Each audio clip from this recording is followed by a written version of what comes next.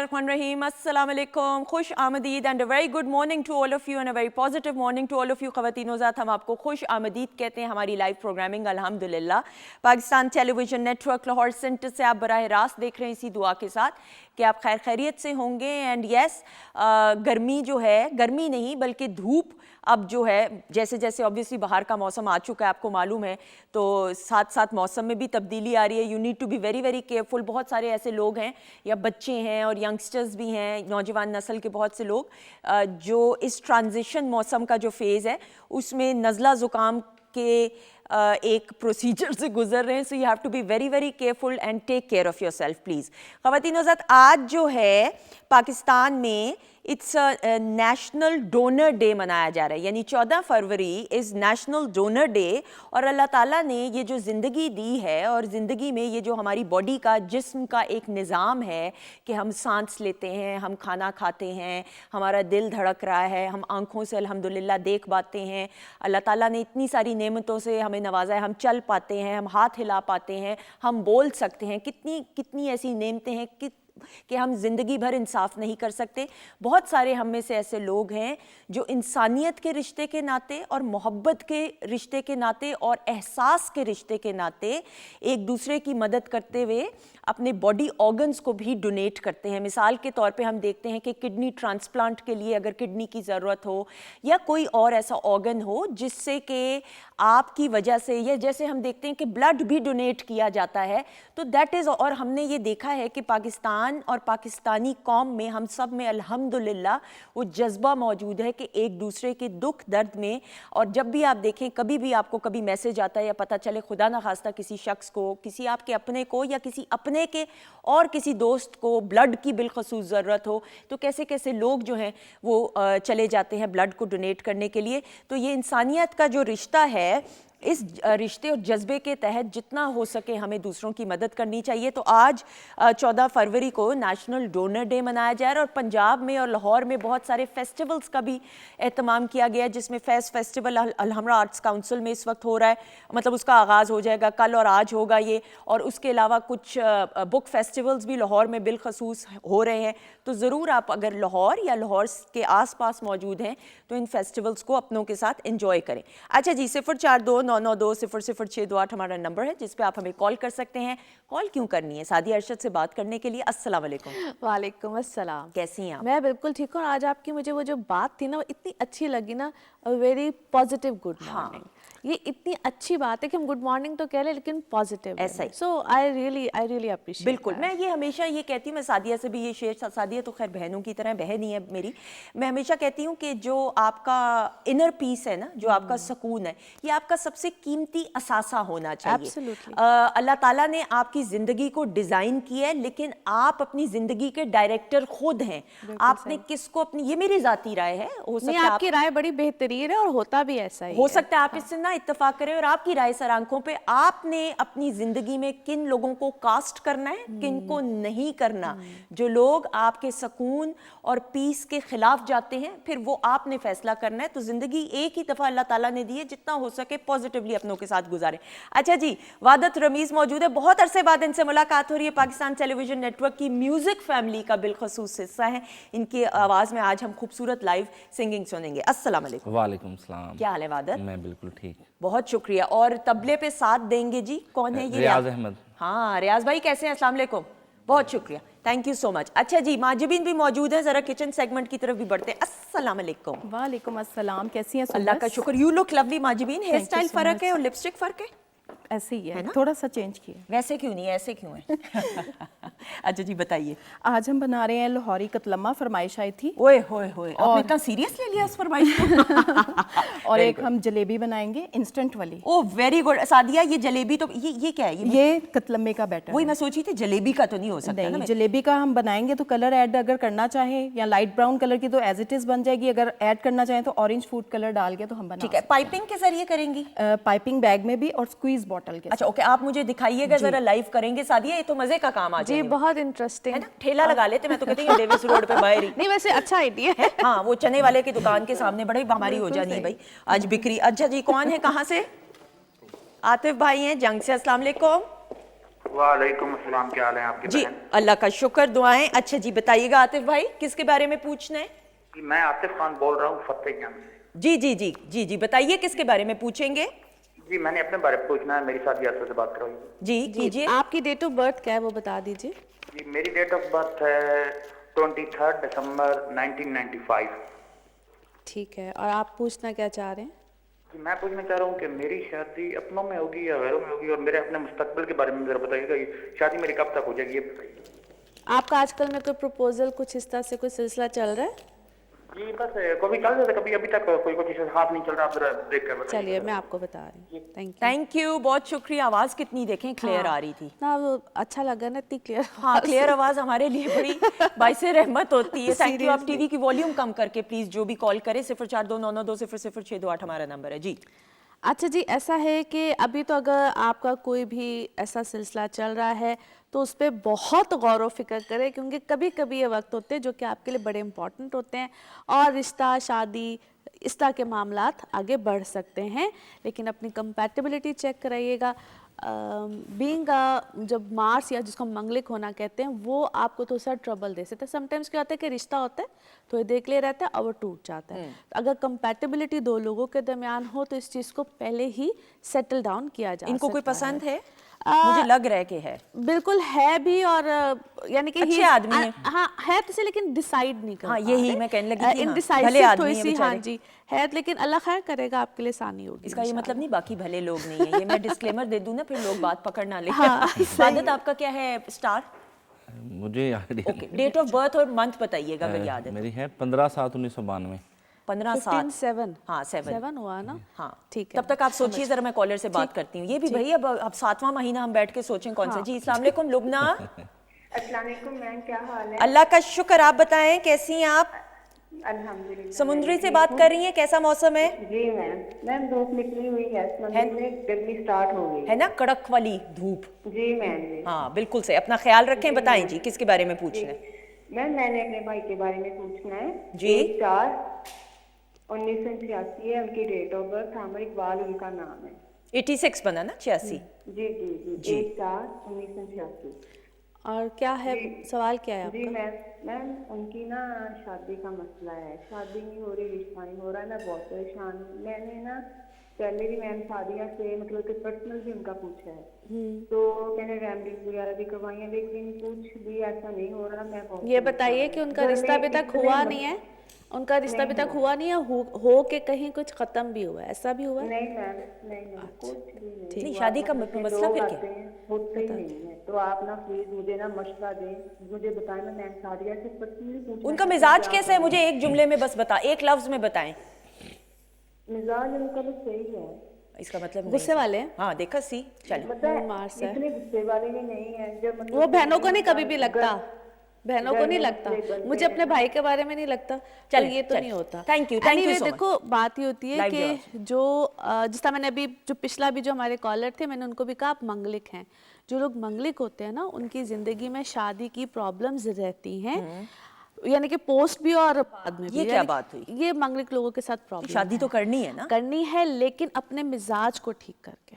ठीक है, ठीक है। आप अगर एंग्री यंग मैन रहेंगे और आप अपने घर वालों को भी एक इम्तिहान में डाल के रखते हैं, और जो आपके घर आ जाती है आप उसको भी इम्तिहान में डाल के रखते हैं, तो दोनों तरफ अगर ये इम्तिहान हुआ। मैंने जिस तरह का, इसको नहीं लग रहा है इसका भाई है, लेकिन he is a dominating personality, dominating है। सिर्फ एक ही है कि भाई से पूछ के करना, उसकी मर्जी के खिलाफ कुछ भी हुआ या उसको पसंद ना हुई तो अल्लाह रहम करे, शादी या सिलसिले आगे फिर नहीं चल पाते हैं, वो टूट जाती है। तो आप उसके बारे में परेशान ना हो, थोड़ा सा उसको परेशान खुद होने दें। बिल्कुल ठीक है? सही। हाँ, आप इतना he should be परेशान alert. ना हो, उसको तो ऐसी अपनी परेशानी इस पे आएगी तो अपने मिजाज को ठीक करेगा। अग्रीड अग्रीड जी, ये तो करना पड़ेगा, मिजाज तो भाई चेंज करना पड़ेगा किसी भी मामले में। जिंदगी के मैविश हैं फारूकाबाद से। अस्सलाम वालेकुम। हैं कहाँ से बात की? बहुत दूर से कर रही हैं। मैं हाँ आवाज आपकी बहुत दूर से आ रही है, स्पीकर के करीब करें। हेलो हाँ जी जी, किसके बारे में पूछना है? जी मैंने अपने बारे में पूछना है। ओके, डेट ऑफ बर्थ और ईयर बताएं। 19 19 19वां महीना, ये 19 भी होते हैं महीने? ये हमें नहीं पता था। यार ये तो कोई एक, मुझे लगता है कि कुछ जैसे कोई मैं सांप सीढ़ी की कोई गेम खेल रही हूँ। 7वां महीना, अच्छा 19 डेट, आगे मेरी मैथ्स इतनी अच्छी नहीं है। 2006 है ना? पैनल से 6 कह रहे हैं, मुझे 1 आई है, आपको 3, अब फैसला कर ले। 3 अच्छा जी, क्या पूछना है? मैंने अपनी शादी के बारे में पूछना है। ये बात ये नहीं मुझे समझ आई। शादी के बारे में पूछ, शादी के बारे में क्या पूछना है? या मीन रिश्ता आया हुआ है? आया होगा अपनी मर्जी से होगा या घर वालों की मर्जी से? एक सेकंड माजी, होगा तभी तो होगा। रिश्ता आया हुआ है? पैनल से आवाज आ रही है आपको खुद को भी कोई पसंद है जो आप पूछ रहे हो, घर वालों की मर्जी से होगा या आपकी मर्जी से? हाँ ठीक है, मैं समझ गई। चलें, थैंक यू सो मच। अच्छा देखो बच्चे, बात ये है कि रिश्ता आपके घर वालों की मर्जी रजामंदी से ही होगा। अगर आपको कोई पसंद भी है तो मेरा नहीं ख्याल है कि आपके घर वालों को कोई एतराज़ होगा। अक्सर होता है बर्थ चार्ट्स बता देते हैं, लेकिन आपके मामले में ऐसा पॉसिबल मुझे नहीं लग रहा है। ये देख लो कि जिसने रिश्ता भेजा है उसके घर वाले राजी हैं कि नहीं। ठीक है, बाकी आपके घर वालों में मुझे नहीं लगता किसी को भी कोई प्रॉब्लम होगी। बिल्कुल सही। 7वें महीने की इनकी बनी जुलाई हाँ जी, ये कैंसेरियन है ना। ऑलराइट, ठीक है। कैंसेरियन वैसे भी जिसका खुद भी माशाल्लाह क्रिएटिव है और हर चीज में ही आपको कोई क्रिएटिव सेंस जो है वो, लेकिन इमोशनली वेरी बल्कि ओवर सेंसिटिव होते हैं। ठीक है। छोटी सी किसी की बात या तो बहुत फर्क डाल देती है, तो या फिर लीस्ट बॉदर। ठीक है, परवाह ही नहीं करनी। तो इसका मतलब इनसे मैं कोई फरमाइश करूंगी तो इन्होंने परवाह ही नहीं करनी, अपनी मर्जी करनी है। इस वक्त करेंगे ये मैं आपको बता सकती हूँ, अभी करेंगे। हाँ नहीं, ये तो बिल्कुल सही। सो इस तरह की पर्सनालिटी होती है। बाकी कैंसेरियंस के लिए अभी तो ये जो अभी इनफैक्ट जो फरवरी का मंथ वैसे बहुत से लोगों के लिए इम्पॉर्टेंट है, लेकिन आपके काम के हवाले से कोई नई चीज़, कोई नया इनिशिएटिव बिल्कुल आ सकता है, मगर सेहत का ख्याल रखना, जिसमें चेस्ट कंजेशंस और जी, ये जी। सब चीज़ें। अच्छा जी, नौशाबा हैं जेहलम से। जी अस्सलाम वालेकुम। हेलो अस्सलाम वालेकुम जी, कैसी हैं आप? जी, मैं ठीक हूँ। आप कैसी हैं? अल्लाह का शुक्र। जेहलम से बात कर रही हैं? जी, मैं जेलम से बात कर रही हूँ। जेहलम तो मेरा वैसे ही आबाई शहर है, आपको मालूम है। जी जी बिल्कुल। अच्छा जी, बताइए प्लीज, किसके बारे में पूछना है? जी, मैं अपने बच्चों के बारे में पूछना है। ऑलराइट, डेट ऑफ बर्थ और ईयर बताएं। जी, डेट ऑफ बर्थ और ईयर बताइए। टीवी की वॉल्यूम बंद कर दें। 4000 4 अगस्त। जी जी, मैं बच्चों का पूछना है कि कब होंगे। बेटा सन भी तो बताइए। ईयर। किस जी, सन 2 में साल शादी को हो गए हैं और बच्चे कब होंगे इसके बारे में पूछना है। आप अच्छा टीवी ले, सुन रहे ये हैं? आवाज नहीं आ रही। I am TV so soon sorry रहे जी, हैं ना, वील हैव टू इसलिए। Drop the call. I am so sorry. TV की वॉल्यूम प्लीज जरा कम कर दीजिए और अल्लाह ताला से खैर की बस दुआ कीजिए। बहुत शुक्रिया, थैंक यू सो मच। अच्छा, मैं ये जरा जानना चाह रही हूँ सादिया कि जैसे ऑब्वियसली ये ट्रांजिशन फेज बहुत सारे स्टार्स के लिए भी जी चल रहा है, है, हाँ हाँ तो बिल्कुल थोड़ा है। सा इस पे बात करते हुए कौन से Actually- स्टार्स अलर्ट ज्यादा होने चाहिए? सबसे ज्यादा एक्वेरियस, क्योंकि आपकी अपनी पर्सनालिटी, चीजें, सोच काफी चेंज होगी। और दूसरा, समटाइम्स इसको हम कहते हैं फेम। फेम 2 तरह के होते हैं ना, अच्छे वाला भी होता है और बुरे वाला भी होता है। तो यहाँ पे एक तो इस चीज का ख्याल रखना। दूसरा, बाकी हर ज़ोडिक साइन के लिए जिसको हम कहते हैं कि आपको कोई भी इंफॉर्मेशन मिलती है, कोई भी आपको बात का पता चलता है, उसकी पहले तस्दीक करनी है, क्योंकि इस वक्त सारे ही प्लैनेट्स एक्वेरियस में है, स्पेशली राहु, मरकरी, जो कि र्यूमर चीजों को बहुत फैलाता है। पुराने डॉक्यूमेंटेशन यहाँ पे वापस आएंगे जो कहीं गायब हो गए होते हैं, बड़ों की तरफ से, आपकी तरफ से, हर चीज पिक्चर क्लियर होने वाली है। सो एहतियात बिल्कुल से। अब वो मरकरी कह रही ना, मैं कहने लगी थी फरहाना बात करी मरकरी से। मेरा कुछ पता भी नहीं होता। जी अस्सलाम वालेकुम फरहाना। वालेकुम सलाम। हाँ जी, कहाँ से बात कर रही हैं? कोहाट से बात कर रही हूँ। कैसा मौसम है भाई कोहाट का?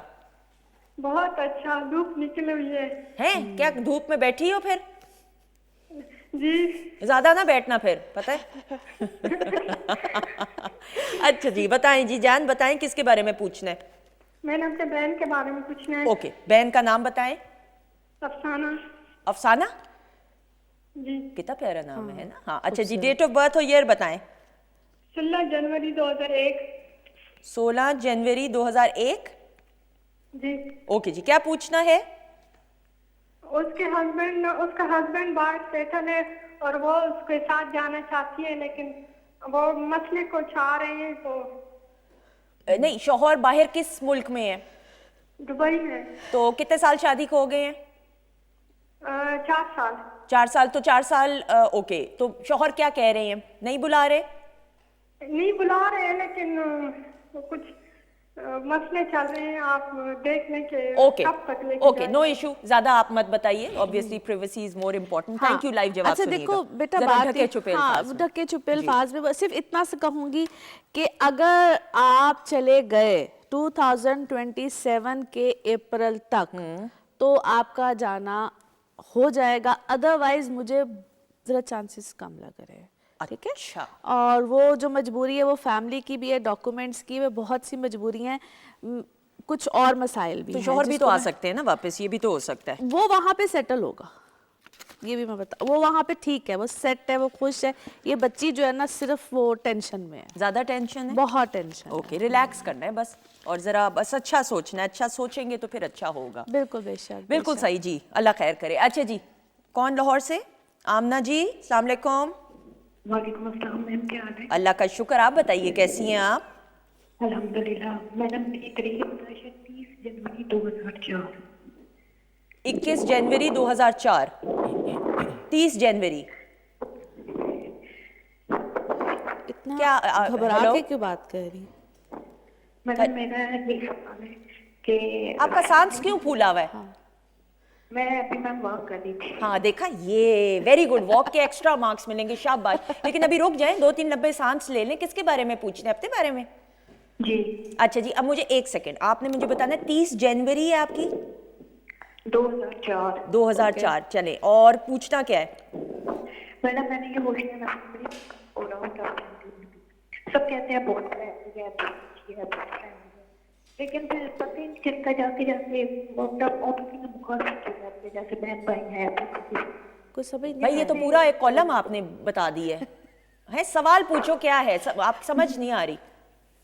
मैडम मेरा ये सवाल है ना कि फैमिली में भी और आउट ऑफ फैमिली में भी, जैसे कजन है, बहन भाई हैं, जाते जाते ना मुखालफत शुरू हो जाती है। ये मतलब बहुत अच्छी है, बहुत friendly है, बहुत आपकी लड़ाई रहती है बेसिकली अपने घर वालों के साथ, ऐसे ही है? जी मैम। आपकी बहस हो जाती है, लड़ाई रहती है घर वालों के साथ? मैम हो जाती है, लेकिन मैं सारा प्यार की बात फिर यही आपस में मिलता है वापस। मेरे दिल करता है बहुत ज्यादा ठीक ठीक है, समझ में कुछ नहीं आ रहा। बस कुछ तो कह रही, बस थैंक यू, कुछ तो कह रही है। कोई लंबा सांस लें, 4-5 है, बैठ के, मुझे अभी भी लग रहा है वॉक करते हुए हाँ, बात पानी कर रही। पिए। हाँ चलें। अच्छा देखो, अपनी तबीयत में आपको बेटा आइए थोड़ा समझ, सा- मुझे, I'm sorry, मुझे सिर्फ ये लगा क्योंकि इसका ना ये भी मून मार्स हाँ, है। इसके बाद जो- वादत से सुनना है हमने जो भी सॉन्ग, हाँ। मून मार्स होगा ना, उसके अपने रिश्तों में प्रॉब्लम्स रहती है। ये किस चीज की होती है? एग्रेशन होता ठीक है। है। तो वॉक करती है तो बहुत अच्छी बात है, साथ साथ पानी भी ज्यादा पियो। और एक स्टोन बता रही हूँ जिसको दुर नजफ बोलते हैं, हो सके तो वो पहनो। कलर क्या है उसका? बिल्कुल दूधिया सा होता है, ठीक है। Alright. और ये ज्यादातर इराक से बहुत आसानी से मिल जाता है, लेकिन यहाँ से गोल्ड भी की आपको रिंग से मिल पहनना जाएगा। या साथ- सिल्वर में? सिल्वर, सिल्वर, चांदी ठंडा होती है, मिजाज को ठंडा करती है। और जो हम गोल्ड जब पहनते हैं तो मिजाज को जरा आतिशी जरा करता है। सो इट्स बेटर कि आप इसको सिल्वर में पहनिए। एटलीस्ट 4 से 5 कैरेट का, 4 कैरेट से कम का नहीं होना चाहिए। अपने राइट हैंड की इस फिंगर में पहनिए, आपके मिजाज तो इससे ठीक होंगे। और साथ लाहौल वाला कुव्वता इल्ला बिल्लाहिल अलिय्यिल अज़ीम वॉक करियो, साथ साथ पढ़ती ये जो आपने पहनी है इस तरह से लाइट कलर This होगा? is- हाँ, ये दिखाइए डिफरेंट जरा। है, ये डिफरेंट है, लेकिन वो होता है, वो दूधिया सा होगा। ये तो आ पर्ल रही में है है, समझ, ये ठीक पर्ल है, में है। ठीक है, ठीक है, बिल्कुल सही। तो आपने लाहौल वाला पढ़ना है, ठीक है, लाजमी पढ़ना है पूरा कंप्लीट। और कोशिश करो कि जब आप चल फिर रहे होते हो साथ साथ पढ़ो। और अल्लाह से दुआ भी करनी चाहिए, ये सबके लिए है कि अल्लाह ताला मेरी ज़ात पे जिसका भी शर है, वो हसद, नज़र, गुस्सा, जिस तरह का भी शर है, उसको दूर कर। ये पढ़ना, आप यकीन करें मैं सारे रास्ते में पढ़ती हुई आती, क्योंकि हमें समटाइम्स पता नहीं होता हमारे इर्द गिर्द कौन क्या हमें किस तरह से बिल्कुल देख रहा है, क्या असर लेता है। तो ये एनर्जीज होती हैं, तो उनसे आप पनाह मांगिए, किसी की भी शर से, हसद हो, नजर हो, जो भी हो। बिल्कुल, प्यार की भी नजर लग जाती है बिल्कुल ऑब्वियसली होता अपनों है, की, तो बिल्कुल इसलिए बस होता खैर की दुआ करनी चाहिए। Thank you so much Sadia, बहुत शुक्रिया। इसी खुशी में अब वहादत की आवाज़ में हमें खूबसूरत सा गाना सुन रहे हैं, सूफियाना कलाम या गज़ल, जी बताइए। मैं सूफियाना कलाम पेश करूंगा हज़रत शाह हुसैन का। अरे बहुत सारी क्लैप में ख़वातीन और हज़रात जी।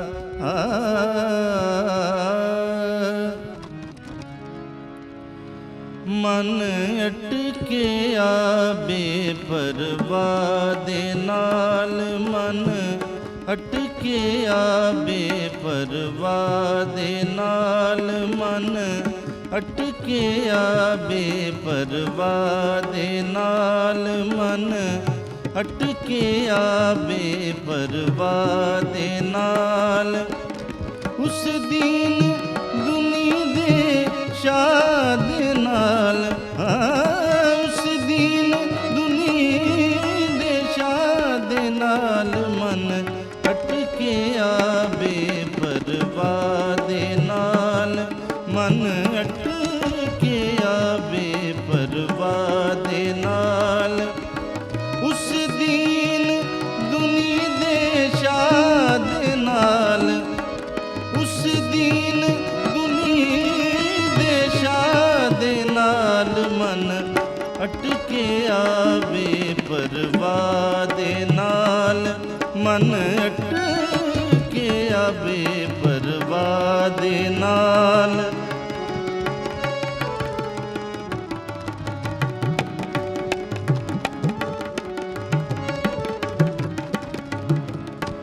नदियों पार रांझण दा ठाणा, नदियों पार रांझण दा ठाणा, कीते कोल ज़रूरी जाना, कीते कोल ज़रूरी जाना। मिन्नता करा मला दे नाल, मिन्नता करा मला दे नाल, मन अटकिया बेपरवाह दे नाल, मन अटकिया बेपरवाह दे नाल। सजन बिन रातां होइयां वड्डियां, सजन बिन रातां वड्डियां, सजन बिन रातां होइयां वड्डियां, सजन बिन रातां होइयां वड्डियां, सजन बिन रातां होइयां वड्डियां। रांझा जोगी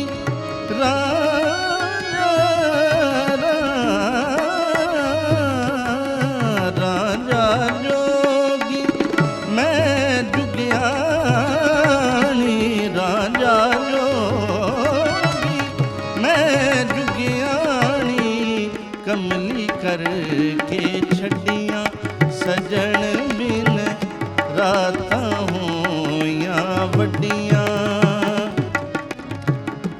काजी मुल्ला मत्ती देंदे, काजी मुल्ला मत्ती देंदे, खरे सियाणे राह दसेंदे, खरे सियाणे राह दसेंदे। इश्क की लगे रात नाल, इश्क की लगे रात नाल, मन अटकिया बेपरवाह दे नाल, मन अटकिया बेपरवाह दे नाल।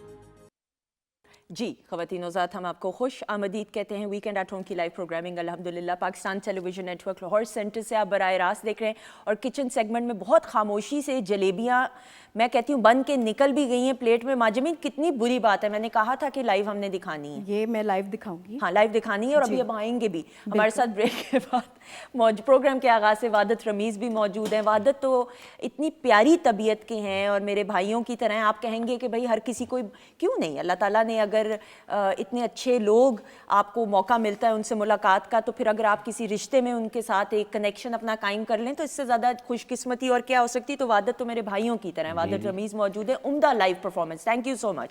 बहुत शुक्रिया। बस ज़िंदगी जो है ना जी, ये जिसे समझ आ जाए, ये सिर्फ जो बंदा एक मोहब्बत प्यार में रहता है ना सबके साथ, हाँ, वही कामयाब जिंदगी। ऐसा ही। बहुत शुक्रिया, बहुत शुक्रिया। और रियाज भाई आप ऐसे ऐसे सारे ला रहे हैं, आपका भी बहुत शुक्रिया। प्रोग्राम के आगाज से हमारे साथ मौजूद है। ब्रेक के बाद हमें ज्वाइन किया है वीकेंड एट होम की family member and she is looking lovely, doctor Farzeen Malik साहिबा। अस्सलाम वालेकुम। वालेकुम अस्सलाम। मैंने तो आते ही कहा था आप ज़्यादा अच्छी लग रही।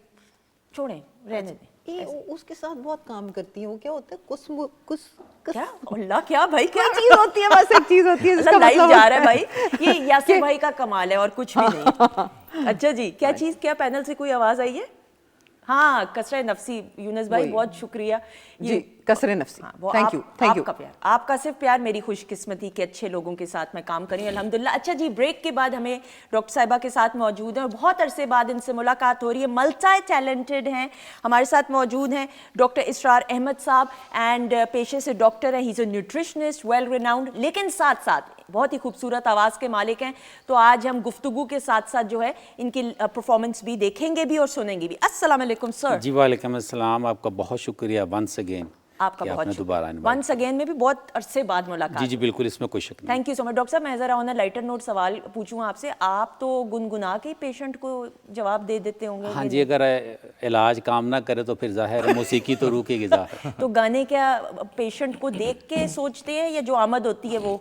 नहीं, पेशेंट अगर अच्छा हो, आप जैसा हो, तो फिर गाना भी वैसे ही आता है।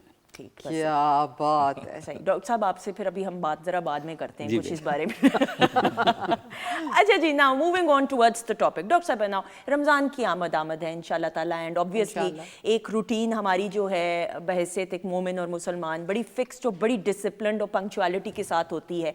थोड़ा सा प्री रमज़ान हम अपने डूज एंड डोंट्स डाइट के हवाले से बात करेंगे। अच्छा, पहली तो बात यह है कि जो लोग एंटी हाइपरटेंसिव्स या ओरल हाइपोग्लाइसेमिक्स पे हैं या किसी की भी किस्म की मेडिकेशन इस्तेमाल करें, they need to go to the doctor. ठीक है।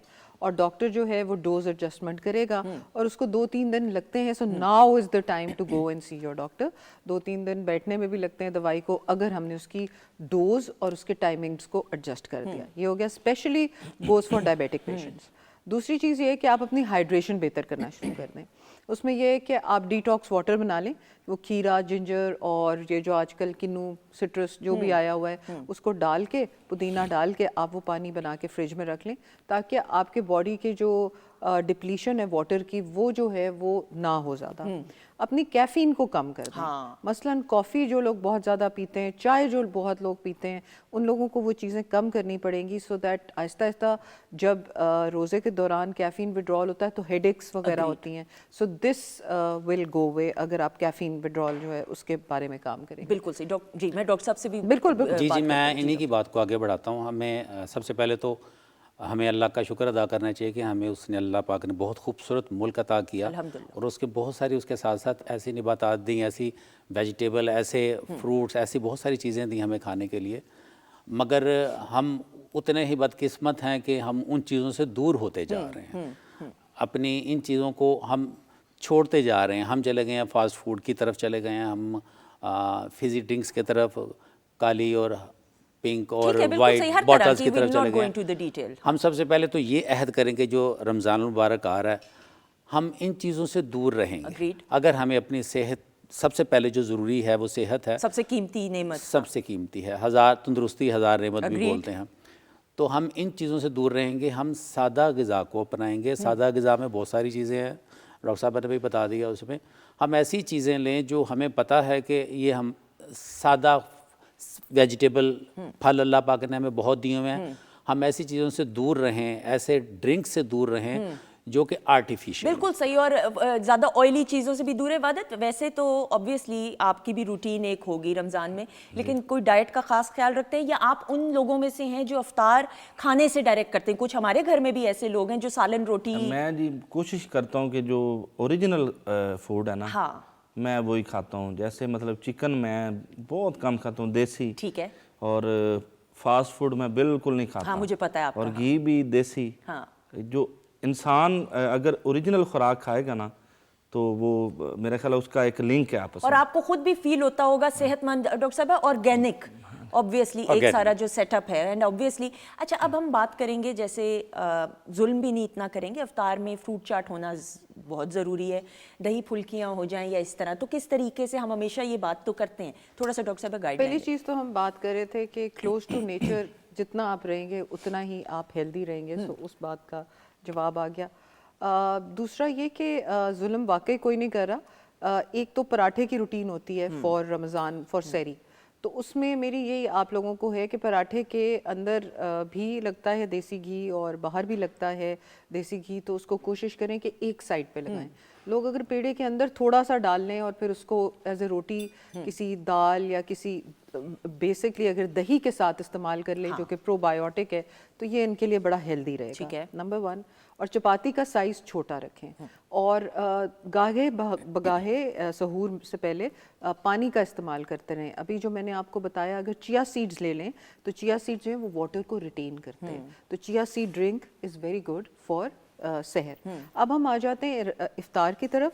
तो जैसे कि अभी आपने कहा कि लोग अक्सर खाने की तरफ डायरेक्टली चले जाते हैं, क्योंकि उसके बाद फिर तरावी होती है और फिर सहूर का टाइम आ जाता है। तो आई वुड से कि आप अगर एक्सटेंसिव इफ्तारी करते हैं, मसलन फ्रूट चाट हो गई या दही भल्ले हो गए, तो आप फिर उसी पे इक्तफा करें, फिर खाना ना खाएं, फिर आपका जो खाना होगा वो आपका सहर होगा। और अगर आप जैसे मैं हूँ, मैं ये करती हूँ कि मैं पानी पी के, पानी दूध और बीच में होता है रूह क्योड़ा का थोड़ा सा वो, और साथ में तुख्मे बालंगा, ये एक ड्रिंक बन जाती है बड़ी अच्छी, उसके 1-2 ग्लास पी के उसके बाद then go directly for the food. ठीक है। तो उसमें जो फूड है, फूड में आप अपने सूप्स इनकॉर्पोरेट करें, देसी जैसे अभी मुर्गी की बात की है, या मटन वगैरह का इस्तेमाल करें, दालें इस्तेमाल करें, सब्जियों का बहुत इस्तेमाल करें। कुछ ऐसी सब्जियां जो अपने अंदर पानी रिटेन रखती हैं, मसलन कद्दू हो गया, ये ककड़ी और ये सारे, इनकी ये वाटर अपने अंदर रिटेन करती हैं। खा के उनसे आपको जो है पानी डिहाइड्रेशन का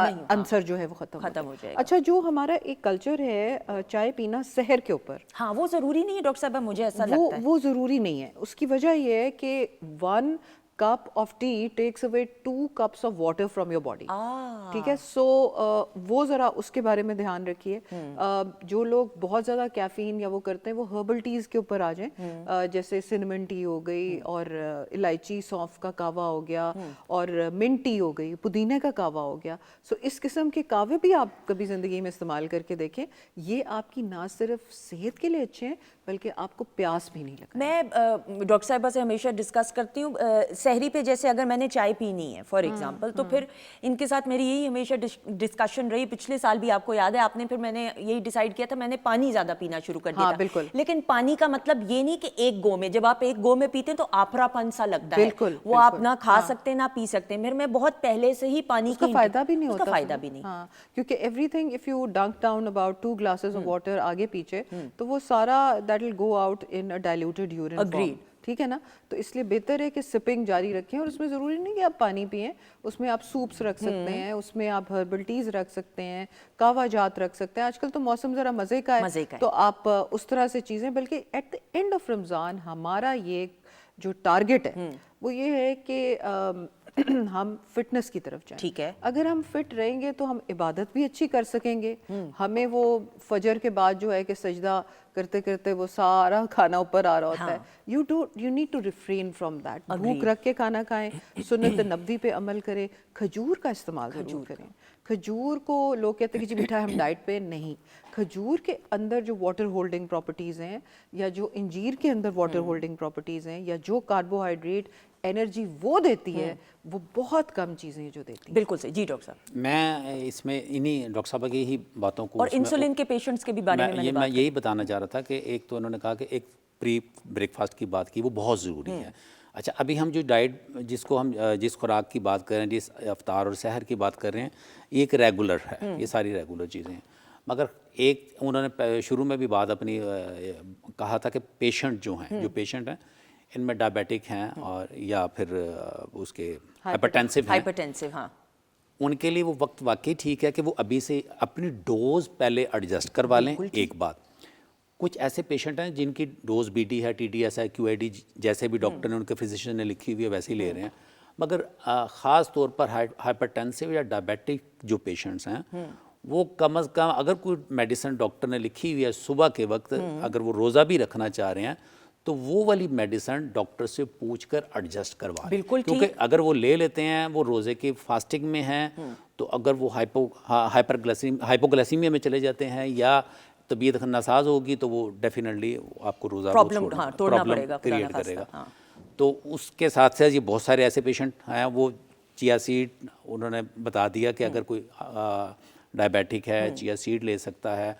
फाइबर इस्तेमाल अपनी खुराक में ज़्यादा से ज़्यादा शामिल करें, वेजिटेबल्स को ज़्यादा शामिल करें। डॉक्टर साहब कथा कलामी की माफ़ी, सॉरी टू इंटरप्ट यू, ये ज़रूर पूछते हुए कि अगर इंसुलिन लगाने वाले पेशेंट्स हैं, सहरी पे अगर वो लगाते हैं इंसुलिन, यानी वही बात आ गई कि डोजेज वगैरह एडजस्ट करवा लें उसकी डोजेज, बट वो सहरी में इंसुलिन ना लें। हाँ, वो खुद से भी डॉक्टर वैसे तो उनके जो फिजिशियन है वो तो बता ही देंगे, ठीक है, बट वो सहरी में ना लें ये वाली डोज। एक डॉक्टर साहब ने खजूर को हमने सिर्फ फिक्स कर दिया हुआ खजूर को अफ्तारी में। हाँ, बिल्कुल अग्रीड, पता नहीं क्यों कि सिर्फ अफ्तार में, हालांकि अफ्तार में ही लेना है, वो अब सहर में भी ले सकते हैं, बल्कि सहर में ले तो अच्छा रहेगा, पूरा उससे दिन ज़्यादा अच्छा बेहतर उसका रिजल्ट जो है agreed। वो अफ्तार के उसके साथ है, सहर के साथ है।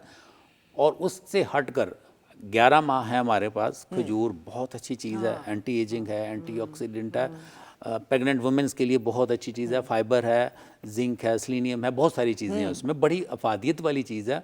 अगर 3 खजूर हम रोज़ खा लें, बट उसकी डोज मुख्तलिफ पेशेंट्स के लिए और मुख्तलिफ एजेस के लिए मुख्तलिफ है। बिल्कुल, मैंने तो जो वो रखा हुआ है, मैं वो उसका तलफ़ुज़ भूल जाती हूँ, डॉक्टर साहब कहती हूँ एक बीमारी का नाम है ग्रेनोला, ग्रेनोला ही हुआ ना, मैं अक्सर ग्रेनुला बोल देती हूँ, वो तो बीमारी है।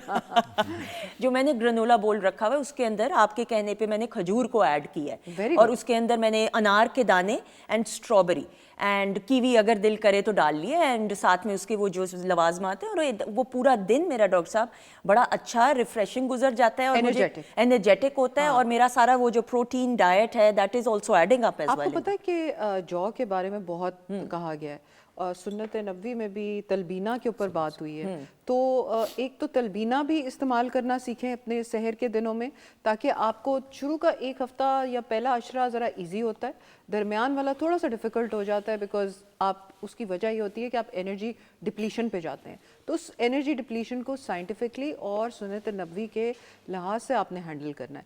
उसमें तलबीना है, और ड्रिंक्स में नबीज़ बहुत अच्छी ड्रिंक है जो खजूरों से बनती है, खजूरों से वो बड़ी अच्छी होती है, उसमें आयरन भी बहुत ज़्यादा होता है। तो आपको पता है कि हम अक्सर बात करते हैं ख़वातीन में आयरन की कमी कितनी हो जाती है, बच्चों में भी।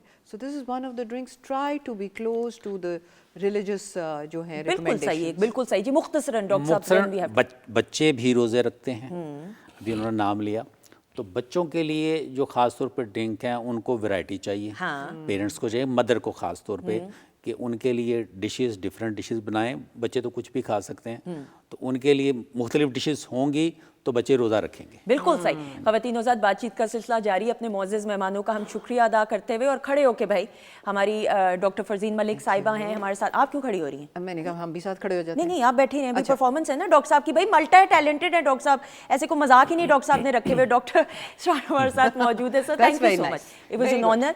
लेकिन तालियां भी नहीं, इनकी परफॉर्मेंस की तरफ हम बढ़ेंगे। मल्टी टैलेंटेड हैं तो फिर हो जाए डॉक्टर, इसका मतलब जो लोग बीमार हैं अभी ठीक हो जाएंगे। हाँ, हो जाए, बिल्कुल बिल्कुल ऐसा ही। बहुत सारी क्लैप पे आ जाइएगा डॉक्टर साहब।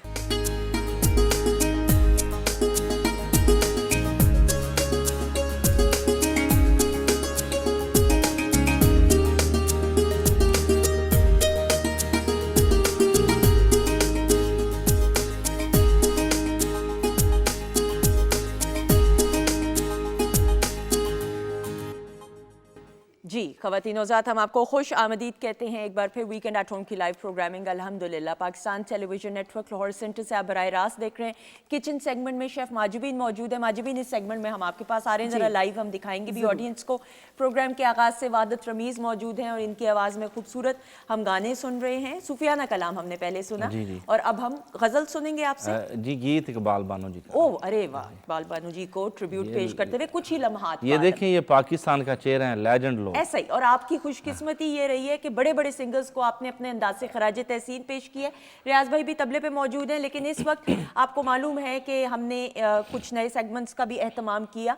सो उसमें होम डेकोर का और इंटीरियर डिज़ाइनिंग का जो सेगमेंट है उसकी इंचार्ज मदिया राहील हैं, तो इनको वेलकम करेंगे। मैं इनके जो है ना सेगमेंट में बिल्कुल चुप करके सुनती हूँ क्योंकि इतने आइडियाज़ ये दे रही होती हैं जो मेरा खुद भी ज़ाती तौर पर दिल करता है कि उनको अप्लाई करूँ। अस्सलाम वालेकुम। वालेकुम अस्सलाम, क्या हाल है? अल्लाह का शुक्र, दुआएं। अच्छा जी, क्या हाल है? ठीक है, बिल्कुल, थैंक यू सो मच। अच्छा जी मदिया, नाउ ऑब्वियसली रमज़ान की आमद है एंड जो घर का सबसे इंटेग्रल हिस्सा वैसे भी जो होता है वो मैं ज़ाती तौर पर समझती हूँ किचन होता है। एग्जैक्टली। सो किचन को हम किस तरीके से ज़्यादा फंक्शनल बना सकते हैं, एक्सेसिबल बना सकते हैं। बिलखसूस आपको मालूम है फिर रमज़ान में सहरी भी होती है, इफ्तार भी होता है, एक माशाल्लाह रौनक रहती है बिलखसूस किचन में सहरी और रमज़ान। बिल्कुल ऐसे ही देखिए, रमज़ान के अंदर हमारी जो किचन्स हैं वो सबसे ज़्यादा एक्टिव स्पेसेस बन जाती हैं। So it's really a good idea कि अगर हम रमज़ान से थोड़े पहले कुछ प्रेपरेशन इस तरह की कर लें जिससे हमारी एफिशिएंसी, बिकॉज रमज़ान में हमें टाइम का थोड़ा मैनेज करने का हमेशा प्रॉब्लम होता है। So I am going to give you some tips कि अगर हम किचन को अपना कुछ थोड़ा सा रीऑर्गेनाइज इस तरह से कर लें कि रमज़ान में हमारी during the whole month productivity थोड़ी आसान हो जाए। So the first thing that जो हमें कर लेनी चाहिए वो ये है कि अपने पूरे किचन को डीक्लटर कर लें एक दफ़ा। जो सब चीज़ें जो हमारी एक्स्ट्रा पड़ी होती हैं वहाँ पर जो डेली यूज़ में नहीं आएंगी उन सबको बैक एंड पे ले जाएं, उनको स्टोरेजेस में पीछे कर दें और अपने किचन को पूरा इस तरह से रीऑर्गेनाइज कर लें कि वो एक फंक्शनल स्पेस बन जाए जिसमें आपके लिए काम करना और टाइम को मैनेज करना बहुत आसान हो जाए। सो इसके लिए सबसे पहले आप डीक्लटर करें जिसमें आपके सारे जो स्पाइसेस वगैरह हैं उनको रीऑर्गेनाइज कर लें। Another very good idea would be कि आप अपने तमाम स्पाइसेस को instead of putting them different jars वगैरह में इस तरह के एक जैसे क्लियर जार्स यूज़ कर लें और उसके ऊपर लेबलिंग कर लें।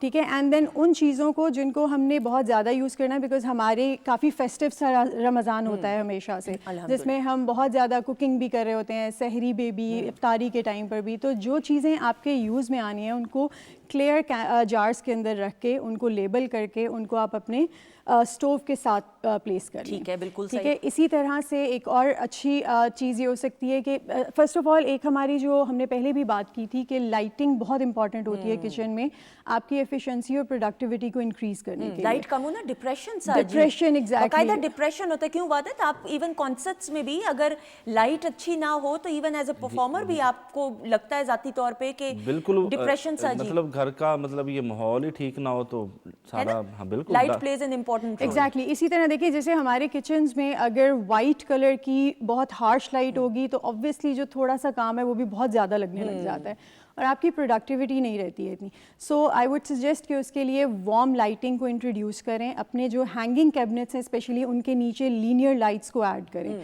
उससे आपके काउंटर टॉप के ऊपर लाइट अच्छी आ जाएगी, वार्म होगी तो एम्बियंस भी अच्छा होगा और आपके लिए काम करना बहुत आसान हो जाएगा। Kitchen should be a space specially in Ramzan जहाँ पे जाके आपको थोड़ी खुशी हो, बिकॉज आपको पता है आपने बहुत ज़्यादा टाइम स्पेंड करना है। बिल्कुल। अच्छा, मैं यहाँ पे ज़रूर आपसे पूछते हुए, मैंने कुछ घरों में देखा है वो जुगनू लाइट्स कहते हैं क्या? फेरी लाइट्स, लाइट्स, बिल्कुल सादा ज़बान में जुगनू लाइट्स कहेंगे। वो बड़े घरों के अंदर बड़े अच्छे तरीके से जैसे रैप अप कर लें अलमारी के ऊपर या प्लांट्स के ऊपर, तो वो भी एक अच्छी फेस्टिव फील देते हैं। एग्जैक्टली। देखिए हर पार्ट ऑफ टाइम को, हर जो भी आपका सीजन या फेस्टिवल चल रहा होता है उसको उसी तरह से सेलिब्रेट करना चाहिए, उससे उसका आपको मज़ा भी आता है, इवन बच्चे जो हैं वो उससे रिलेट करने लग जाते हैं। तो it's a very good idea. सबसे अच्छा तरीका ये है कि आप फेरी लाइट्स को इंट्रोड्यूस कर दें अपने किचन में, एक एक कॉर्नर बना लें जिसमें आप थोड़ी लैंटर्न टाइप लाइट्स ऐड कर सकते हैं, आप अच्छी सी ट्रेज बना के रख सकते हैं। एक कॉन्सेप्ट है हमारा जो रमज़ान ट्रेज का होता है, जिसके अंदर आप अपनी खजूरें या आपके ग्लासेस, नैपकिन्स वगैरह को ऑलरेडी सेट करके रख सकते हैं, यू जस्ट रीफिल देम और वो आपके लिए तैयार होता है हमेशा से।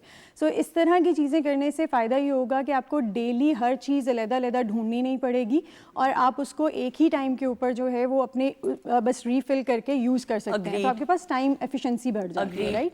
इसी तरह से जो आपकी स्मॉल मशीन्स होती हैं जैसे जूसर्स हैं, स्टफ लाइक दैट, उनको जो थोड़ा रमज़ान में उनका यूज़ थोड़ा कम हो जाता है, उनको मेन काउंटर्स से उठाकर आप अपने बैक एंड पे ले जाएं, स्टोर उनको में पीछे कहीं कर पैक दें। करके रख दें। मतलब एक द होल आइडिया इज़ कि आप सारी चीज़ों को रीऑर्गेनाइज कर लें अपने रमज़ान के अकॉर्डिंग। क्योंकि एक लाइन में अक्सर मैंने देखा है, एक ज़माने में मेरे किचन में भी था कि फूड फैक्ट्री एक ही लाइन में है, जूसर भी है, मिल्क शेक मशीन भी अलग से है, फलां चीज़ भी है, कॉफ़ी की मशीन भी है, तो वो आंखों को देख के भी जो है ना, आंखें जब देखती थी तो मुझे बहुत रश सा और लगता था। काम की फीलिंग आती है कि हाँ, बहुत ज़्यादा चीज़ें बहुत करनी ज़्यादा है। चीज़ें समझ नहीं आती, तो वो जब मैंने स्पेस खाली की, यकीन जाने हर घर का अपना एक मिजाज होता है, ज़रूरी नहीं है एक तो हर घर में आप तो बेहतर तरीके से जितना मर्जी बड़ा घर हो जाए, अलमारियां तो कम पड़ती हैं, बिल्कुल, स्टोरेज हमेशा कम होती है। स्टोरेज हमेशा कम होती है, तो ये तो आप बात भूल जाएं कि अगर आप ये कहें कि भाई अलमारियां कम है, वो जितने बड़े से बड़ा घर भी कोई बना लेगा ना, तो अलमारियां कम होंगी, चीज़ें हमेशा ज़्यादा होंगी।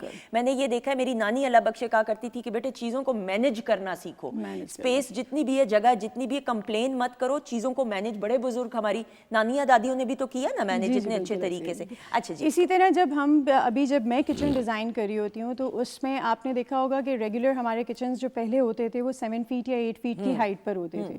तो ये जो हमारा स्टोरेज का मसला है, इसके लिए मैं एक बहुत अच्छी टिप दूंगी कि अगर आप कोई अपना नया घर बना रहे हैं या अपने किचन को रीमॉडल कर रहे हैं, तो गो फॉर द कैबिनेट्स जो कि सीलिंग हाइट तक जाती हैं। उससे फ़ायदा ये होगा कि आपके वो सब क्रॉकरी, वो सब बर्तन जो डेली यूज़ में नहीं होते हैं, उनको आप ऊपर स्टोरेज में लेके जा सकते हैं। सो आपको उसी लिमिटेड स्पेस के अंदर भी डबल स्टोरेज मिल जाती है जब आपकी कैबिनेट सीलिंग हाइट तक चली मिसाल जाती के तौर पे अगर मिसाल मैं दे रही हूँ, अगर इतनी ये इसमें मेरे ख्याल जैसे ये एक रेगुलर किचन है, इसके अंदर दिखाइए। आपकी हाइट वो रेगुलर जो डोर हाइट के ऊपर आ रहा होता हाँ, है, ये हमारे घरों में इस तरह की बट इसमें और अगर हम आगे देखें तो उसके अंदर आपकी सीलिंग तक कैबिनेट्स गई होती यानी हैं। मिसाल के तौर पे ये 3, अगर एक मैं अलमारी को पकड़ती हूँ तो 3 इसके कंपार्टमेंट्स हैं, तो ऊपर तक ले जाऊँ तो 2 और बन जाएंगे, तो 5 बन गए। एग्जैक्टली ठीक। और एक और चीज़ जो अगर आप अपना किचन रीमॉडल या न्यू किचन बना रहे हैं तो उसके अंदर आपको मैं एक सजेशन दूंगी कि वर्टिकल स्टोरेज को लाजमी ऐड करें। वर्टिकल से मुराद? वर्टिकल स्टोरेज वो जो आपकी ऊपर से नीचे तक एक कांस्टेंट डेप्थ की स्टोरेज आएगी, खास जो वजह? General 2 feet.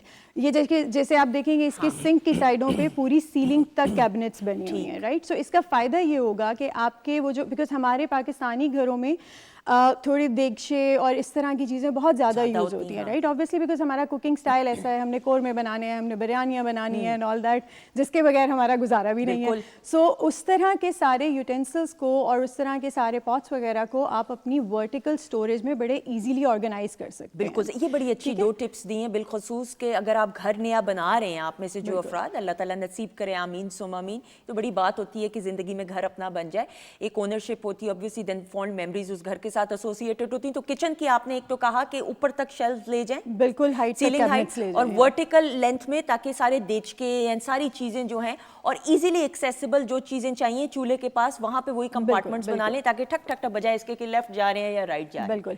एक बहुत इजी चीज़ जो आप और कर सकते हैं कि जो आपके स्पून्स और यूटेंसिल्स वगैरह की स्टोरेज है, उसके लिए आप कटलरी ट्रे बना लें। ठीक है। अब वो आपको मार्केट में बहुत चीपर वैल्यू में एक्चुअली बड़े आराम से अवेलेबल है, आप उसको कर लें। उससे ये होगा कि आपके तमाम तर स्पून्स जो हैं वो अपने साइज़ के अकॉर्डिंगली ऑर्गेनाइज हो जाएंगे और आपको हर ड्रॉर में से निकालना नहीं पड़ेगा उनको। यूजुअली ये ट्रे जो है वो आपने देखा होगा कि वो स्टोव के नीचे आ रही है, ऐसा ही है, जिसके अंदर थोड़ा सा एक ड्रॉबैक ये होता है कि जब आप खाना पका रहे हैं तो उस टाइम पे उसको यूज़ करना थोड़ा सा मुश्किल होता है। सो आइडियली मैं ये सजेस्ट करती हूँ, या अपने किचन जब हम डिज़ाइन कर रहे होते हैं उसमें मेरी सजेशन ये होती है कि आप स्टोव के साथ वाली स्टोरेज, ठीक है माजी भी मैं आपके पास आ रही हूँ, ठीक है। इसी तरह से आप अपने जो स्पाइसेस हैं सारे, उनको भी अपने स्टोव के साथ रख लें और लेकिन अंदर स्टोरेज में रखें।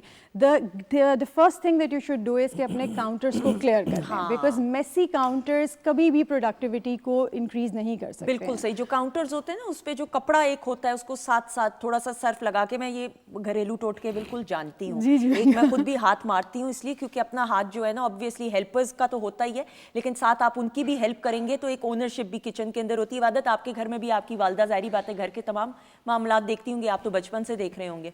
जी जी बिल्कुल।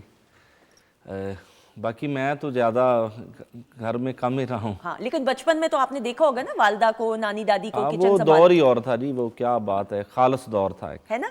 देचके में खाने बनते होंगे। बिल्कुल बनते थे। आपके घर में तो खाने बड़े मशहूर हैं जितना मुझे पता है, ऐसा ही है कि नहीं? जी बिल्कुल। देसी मुर्गी, सारे ऑर्गेनिक खाने इनके घरों में आप जाके तो देख सकते हैं, मुझे तो मालूम है ऑब्वियसली। वो लोग था मतलब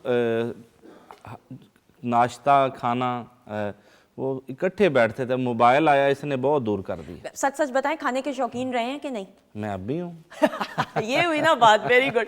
अच्छा जी, आपके लिए कुछ बन रहा है, जरा देखते हैं। Madiya, you can join us as well. आ जाए, आप भी आ जाए। अच्छा जी माजबीन, उई ओ भाई कमाल हो गया, दिखाएं ना जरा, ये दिखाएं जरा यासिर भाई, दिखाएं। अल्लाह बिस्मिल्लाह। अच्छा जी, बनाना शुरू करें। ये देखिएगा कमाल, लुक एट दिस। आए ना, आप उधर आ जाइए ताकि आपको शॉट। अच्छा जी माजबीन, आप खामोश क्यों होंगी, बोलिए ना साथ साथ। बहुत सिंपल है कि सिंपल हमने मैदा जो है वो लेना है। मैंने इसमें होल व्हीट भी ऐड की है। तकरीबन आप 1 कप अगर मैदा ले रहे हैं तो 1 कप आप इसमें होल व्हीट आटा जो है वो ऐड करेंगे। उसके बाद नमक है, 1 टेबलस्पून इसमें घी है और नीम गर्म पानी से गूंद के हम इसको आधा घंटा रेस्ट दे देंगे। ठीक है, मैं चाह रही हूँ एक जरा पेड़ा बना के हम इसकी दिखा भी दें। और ये जलेबी देखें भाई, इधर आ जाइएगा मदिया, थोड़ा दूर मत जाइए ताकि ये देखें भाई, ये जलेबी इज़ अमेजिंग, ये लाइव बनाई है। और ये देखिएगा बिस्मिल्लाह, गरम है ज़रा चूल्हे वगैरह, ये देखें दिस इज़ कमाल। यासिर भाई खाएंगे आप? अच्छा चलिए, कह रहे नहीं मैंने नहीं अभी नाश्ता किया। जलेबी भी बहुत आसान है, सिर्फ ये कि आपने एक जो टिप का ध्यान रखना है वो ये है, इसकी मेजरमेंट्स का बहुत ध्यान करना है। उसमें है कि मैदा आपने लिया 2 कप, 1.5 टीस्पून उसमें बेकिंग पाउडर, उसके अलावा 4 टेबलस्पून दही के, 2 टेबलस्पून इसमें घी ऐड करके और पानी के साथ हम इसका बैटर बना लेंगे। बैटर ऐसा हो ना बहुत रनी हो ना बहुत ज़्यादा थिक हो। उसके बाद स्क्वीज बॉटल में डाल लें और ये देखें स्क्वीज बॉटल में डाल के कैसे बनाना है बताइए जरा, मैं करूं? चले जी, इधर ये इधर बनाना है। हाँ जी, इतना मुझे पता है माजबीन, ऐसे आपने मैं एक बनाती हूँ फिर आप ले लीजिए। ओके जी, ये देखिएगा, ओ कमाल, लुक एट दिस, ब्यूटीफुल जी। ये आप पाइपिंग बैग से भी कर सकते हैं। एक आधा मैं भी जरा ट्राई करती हूँ। और जैसे गोल्डन होगी, क्रिस्पी होगी, आपने नीम गर्म शीरे में इसको डाल के 20 सेकंड के लिए रखना है और निकाल लेना। ठीक है, और लेकिन इसको जो है फौरन आपने पलटना नहीं है क्योंकि ऑब्वियसली ये इससे होगा या इसी से होगा ना। हाँ, इसी से अभी तो साइड टर्न कर दे। लुक एट दिस, ये भी थोड़ा हल्का, लेकिन देखें एकदम से अगर ये शॉट बन रहा है जो कि बन रहा है तो इसको, ये मेरा वाला तो काफ़ी ये तो रहने ही दे भाई, लेकिन आर्टिस्टिक बना है, आके तो देखें भाई मदिया। अच्छा जी ख़वातीन हज़रात, अच्छा ये जिस तरह बात कर रही हैं मदिया, अब जिस तरह ये किचन है फॉर एग्जांपल, तो ये सारी जिस तरह के यहाँ पे किया जा सकता है। एग्जैक्टली, देखिए जैसे हमारा स्टोव यहाँ पर है तो आइडियल थिंग वुड बी कि आइदर आप अपनी कटलरी ट्रे को यहाँ रखें या यहाँ पर इसके साथ वाले कैबिनेट में रखें। इसी तरह जो स्पाइसेस हमें फौरन से चाहिए होते हैं, जिसमें नमक मिर्च मसाला वगैरह सब कुछ शामिल होता है, उनको आप अपने स्टोव के पास रखें ताकि आपको बार बार इधर घूमना ना पड़े। सो जब भी मैं न्यू किचन एक डिज़ाइन कर रही होती हूँ तो उसमें एक प्रोडक्टिविटी और एफिशिएंसी इंक्रीज करने का तरीका होता है जिसको हम वर्किंग ट्रायंगल बोलते हैं, जिसके अंदर आपके 3 जो मेन यूनिट्स हैं किचन के, आपका स्टोव है, आपका फ्रिज है और आपका सिंक है, ये तीनों एक क्लोज स्पेस में होने चाहिए सो दैट आपको हर जगह पर इधर उधर घूमते हुए टाइम ज़ाया। बिल्कुल सर, जैसे चमचा आपको चाहिए वो उधर किचन के, ये देखिए जी, ये दिखा दीजिए बिस्मिल्लाह एंड लुक एट दिस, कमाल कमाल हो गया। माजबीन इसको निकालना है कि नहीं? जी, चलिए आप निकाल लीजिए और थैंक यू सो मच, बहुत शुक्रिया। और ये बनाते हुए साथ साथ मैंने कहा लाइव सिर्फ आपको दिखा दूं। अच्छा जी ख़वातीन हज़रात, बातचीत का सिलसिला जारी है और मदिया भी मौजूद हैं, रियाज भाई भी मौजूद हैं, वादत भी मौजूद है। अच्छा मदिया, नाउ क्विकली और कुछ टिप्स अगर देना चाहें बिफोर वी वाइंड अप। एक और चीज़ जो इसमें मैं ऐड करूँगी वो ये है कि आप अपने किचन में प्लांट्स ऐड करें, ठीक है, और जिसके अंदर जो फ्रेश हर्ब्स हम यूज़ कर रहे होते हैं जैसे कोरिएंडर धनिया है या बैजल, हमारी तुलसी होती है, रोजमेरी होता है, ये वो प्लांट्स हैं जो आपके किचन में बड़े आराम से ग्रो कर जाते हैं, ठीक है। एंड देन उसकी बात ही कुछ और होती है कि जब आप फ्रेश उधर से यूज़ कर रहे हो और अपने खानों में उसको यूज़ कर रहे होते हैं। तो I think Mahjabeen would also agree with this कि हमारे जो बाजार से ली हुई चीज़ें और जो खुद ग्रो की हुई चीज़ें हैं उसमें एक फ्रेशनेस का एलिमेंट बहुत ज़्यादा होता है। बिल्कुल ऐसा ही। अच्छा माजबीन, ये भी मैंने कुछ देखा है घरों में, कुछ घरों में कि जैसे चमचों का जो ड्रॉर है या जैसे कांटे हैं फलां फलां चीज़, अच्छा वो एक दफ़ा धो के रख दिया, वो निकाला है, उसको धोना नहीं है दोबारा, और वो डायरेक्ट ही इस्तेमाल करना शुरू हो जाती है। 100 अलमारी के अंदर कोई खुदा ना खासा कोई कीड़ा आ सकता है, कोई चीज़ आ सकती है, ये जर्म्स वैसे भी पड़ा मिट्टी आ सकती है अलमारी के अंदर। थोड़ा सा इस पे भी बात करते हैं। अच्छा सुंदस, मैं थोड़ी सी ना, मेरी इससे रूटीन थोड़ी सी चेंज ये है कि मैं जब वॉश करके उसको फिर जो है ना किचन टॉवल जो होता है उसमें रैप करके तो फिर मैं उसको रखती हूँ। ठीक है। और अगर आप उसको मोर सेव करना चाहते हैं तो फिर आप पॉलीथीन बैग में उसको डाल के तो फिर आप रख सकते हैं। बिल्कुल सही, लेकिन दोबारा निकाल के एक दफा जरा साफ कर लेंगे तो 2 सेकंड की थोड़ी ज्यादा मेहनत होगी। अच्छा माजिबिन, ये भी बताते हुए कि रमजान में ऑब्वियसली पकौड़े भी बनते ही हैं, वो तो हम डॉक्टर साहबा के सेगमेंट में बात की कि कम कम रखेंगे ऑब्वियसली डाइट का ख्याल, लेकिन जो फ्राइंग वाली चीजें, तेल कितने अरसे बाद चेंज करना होगा फ्राइंग पैन का? उस तरह अगर आप देखेंगे ना तो सिर्फ एक बार आपने ये ऑयल अगर आज यूज किया है तो इसको डिस्कार्ड कर दें जी, और हम उसको रीयूज करते जाते हैं, उसमें ऐड करते हैं, फिर उसको रीयूज करते जाते हैं। लेकिन माजिबिन, अगर मैं अब रोज अगर 30 दिन तो रोज तो इतना अफोर्ड नहीं हर कोई कर सकता। तो यही बात है। फिर ये है कि उस ऑयल को आप क्लीन करेंगे कॉर्नफ्लावर के साथ। ठीक, कॉर्नफ्लावर लेके 2 टेबल स्पून उसकी हल्की सी, आपने जैसे हम सूप को थिक करने के लिए वो बनाते हैं, उसकी वो पेस्ट बना के आपने ऑयल में डाली, उसको खूब गर्म किया, उसमें जो आपके वो पार्टिकल्स पड़े होंगे वो अब्सॉर्ब कर लेगा, वो निकालें और आपका ऑयल क्लियर हो जाए। अच्छा, वरना अक्सर घरों में ये देखा है कि जैसे वो जो छाननी होती है ना जी, उससे वो सारा काला जो जर्रे वगैरह ऑयल चीजों के रह जाते हैं, पकौड़े के या समोसे के मिसाल के तौर पे। लेकिन आप कह रही हैं, दोबारा बताइएगा कि ये कॉर्नफ्लावर 2 टेबल स्पून लेके उसमें थोड़ा हम पानी ऐड करके उसको लिक्विड करके वो हम ऑयल में डाल के उसके बाद उसको खूब गर्म करेंगे। वो एक थिक सा वो बन जाएगा, कहते हैं ना जिसको एक समझे रोटी को भी फ्राई करें आटे को, तो वो सारा एब्जॉर्ब कर लेगा जो पार्टिकल्स होंगे ऑयल में। चूल्हा जला हुआ ही होगा। जी जी बिल्कुल। Okay, that is. और ये हम कितनी देर बाद कर सकते हैं? यानी 2 दिन बाद कर लें? 2 दिन बाद कर लें, 3 दिन बाद कर लें, आपका ऑयल एक बार ऐसे हो जाएगा जैसे आपने अभी फर्स्ट उसको ऐड किया है। क्योंकि खवातीनों साहब जो डीप फ्राइंग है अब उसके लिए रोज तेल चेंज करना, आई कैन टोटली अंडरस्टैंड, वो थोड़ा ज़रा मुश्किल, थोड़ा नहीं काफ़ी होगा। तो ये बड़ी अच्छी टिप है आप सबके लिए, मैं तो खुद इस्तेमाल इस ट्रिप को ज़रूर करूँगी। अच्छा जी मदिया, एक्चुअली माजमीन की बात को भी कंटिन्यू करते हैं। देखिए, इस तरह हमारे पास रमज़ान के लिए कुछ स्पेसिफिक चीज़ें ऐड हो गई हैं, तो इनको आप अपनी वर्क स्पेस के अंदर रखें, उनके करीब रखें ताकि उनको यूज़ करना भी आसान हो जाए हमारे लिए, और हमारे बहुत ज़्यादा चीज़ें इधर उधर हर कैबिनेट में से ढूंढते हुए टाइम ना गुजरे। बिल्कुल। एक और चीज़ जो मैं ऐड करूँगी, जब हम वर्टिकल स्टोरेज की अभी बात कर रहे थे, तो एक वर्टिकल स्टोरेज में पेंट्री क्रिएट करना is like the best solution जो आप किचन में ऑर्गेनाइजेशन के लिए कर सकते हैं। अब by pantry again I mean कि आपके जो जार्स हैं, जो आपके तमाम आपकी दालें हैं, आपके चावल हैं, इन सारों को क्लियर जार्स में लेबल करके ऑर्गेनाइज रखें। That is the best thing जो आप अपनी डी क्लटरिंग के लिए कर सकते हैं। सो ये भी एक बड़ी यूजफुल तरीका हो सकता है। बिल्कुल सही। Thank you so much मदिया, Thank you आपका so बहुत much बहुत for having शुक्रिया। me. Thank you. एंड खवातीनोज़ात माजिबीन की फाइनल प्रेजेंटेशन खाने की भी हम दिखाएंगे, लेकिन वादत मौजूद हैं, तो वादत क्या पेश करने वाले हैं? मैं जी इकबाल बानो जी का एक गीत पेश करता हूँ, पायल में गीत है छम। अरे वाह, बहुत सारी क्लैप में। बहुत शुक्रिया।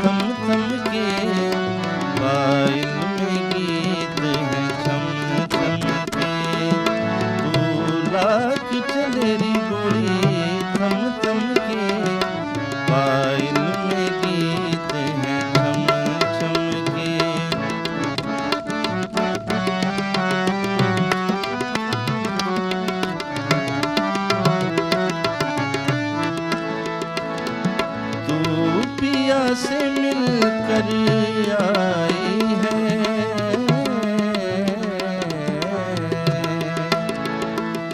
तू पिया से मिलकर आई है, बस आज से नींद पर आई है। तू पिया से मिलकर आई है, बस आज से नींद पर आई है।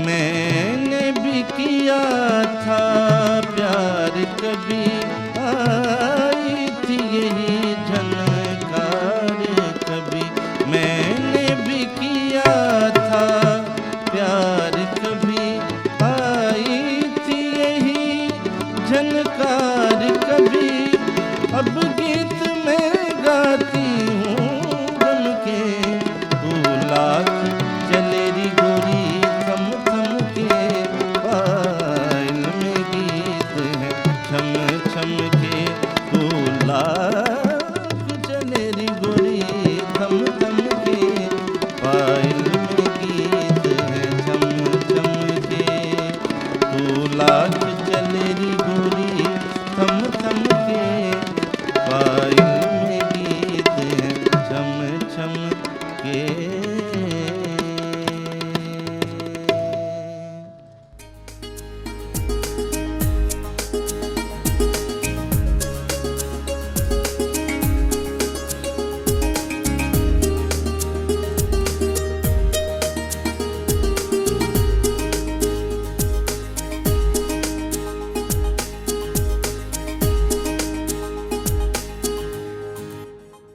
जी ख़वातीन ज़ात, हम आपको खुश आमदीद कहते हैं वीकेंड एट होम की लाइव प्रोग्रामिंग अल्हम्दुलिल्लाह Pakistan television network Lahore centre से आप बराह रास्त देख रहे हैं। किचन सेगमेंट से आपको आवाज़ आ रही है जी, ताज़ा ताज़ा खाना अल्हम्दुलिल्लाह बन रहा है और एक अरोमा और एक बहुत अपनाइयत, और वो जो घरों के किचन के साथ जो टीवी लाउंज होता है ना, उसमें उसकी खुशबू खाने की आ रही होती है, बिल्कुल वही एहसास और कैफियत से हम गुजर रहे हैं। माजिबीन हमारे साथ मौजूद हैं और प्रोग्राम के आगाज़ से वादत रमीज़ भी मौजूद हैं, रियाज भाई उधर मौजूद हैं तबले पे, और ब्रेक के बाद हमें ज्वाइन किए। ये बड़ी मेरी खुशकिस्मती बिलखसूस कि ऐसे ऐसे लेजेंड्स के साथ वो तमाम के तमाम अफराद जो अपनी फील्ड में एक नाम और मकाम बनाते हुए और फिर उनमें वो आजी, इनकिसारी और हम्बलनेस नज़र आते हुए बिलखसूस हम बहुत कुछ उनसे इंस्पायर होकर सीखते हैं। एक ऐसी ही मेहमान शख्सियत, और मेहमान कहना बड़ा गलत होगा क्योंकि जब हम बात करते हैं, और फिर हसन जलील साहब की जब हम बात करते हैं ना ख़वातीन ज़ात, तो ये एक ऐसा जाना माना हुआ नाम कि इनकी आवाज़,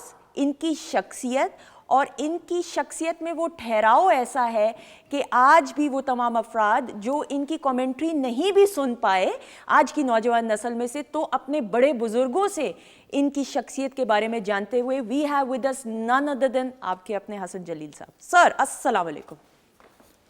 वालेकुम अस्सलाम। कैसे हैं आप? अल्लाह का शुक्र है। इतनी लंबी आपने तमहीद बांधी तो पहले तो आपको बहुत शुक्रिया। नहीं सर, आप ये बल्कि मुझे लगता है मैंने अभी इंसाफ नहीं किया। कमेंट्री का जाना माना हुआ radio Pakistan, Pakistan television network, और हसन जलील साहब की तो शख्सियत के इतने पहलू हैं जिन पे आज ज़रा हम थोड़ी हट के गुफ्तगू भी करेंगे। बहुत सारे ऐसे सवालात हैं और ये मैं ज़रूर बिलखसूस बात करते हुए, सर ने ग्लासेस लगाई हुई हैं, अभी 3 दिन पहले जो है इनकी आंखों में कुछ थोड़ा सा एक इन्फेक्शन हो गई थी, तो ये इनकी अपनाइयत है और मोहब्बत है पाकिस्तान टेलीविज़न नेटवर्क के लिए कि बिलखसूस हमारे लिए तशरीफ़ लेके आए, तो इसीलिए इन्होंने ग्लासेस लगाई हैं। ऐसा ही है सर? बिल्कुल ठीक आपने कहा, और अच्छा हुआ आपने वजाहत कर दी, क्योंकि हमारे ज़माने में ये बताया जाता था कि ये एथिक्स हैं कि जब आप कैमरे के सामने आएँ तो डार्क ग्लासेस ना पहने, लेकिन मजबूरी है क्योंकि आंखें बंद हो जाती हैं बार बार। ऐसा ही बिल्कुल है सर। वैसे जब वो गोल्डन एरा बिलखसूस, और अब भी माशाल्लाह जो आपका नाम और मकाम, लेकिन जब आप एक्टिवली ज़्यादा काम ऑब्वियसली कर रहे थे, कमेंट्री कर रहे थे,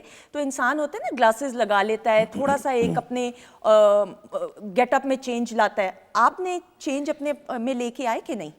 नहीं, मेरा हमेशा से रहा, जिन लोगों ने मुझे देखा है, मैंने कभी बनावट की कोशिश नहीं की। ठीक है। जो कुछ मैं था वो ओरिजिनली रहा, बोलने में भी और लुक्स में भी।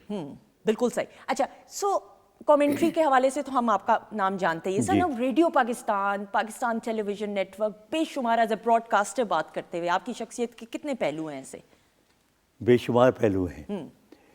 रेडियो, टेलीविज़न, जर्नलिज्म, उसके बाद इवेंट मैनेजमेंट, बिल्कुल, एडवर्टाइजिंग, मार्केटिंग, और रेडियो टेलीविज़न में भी सब कुछ किया।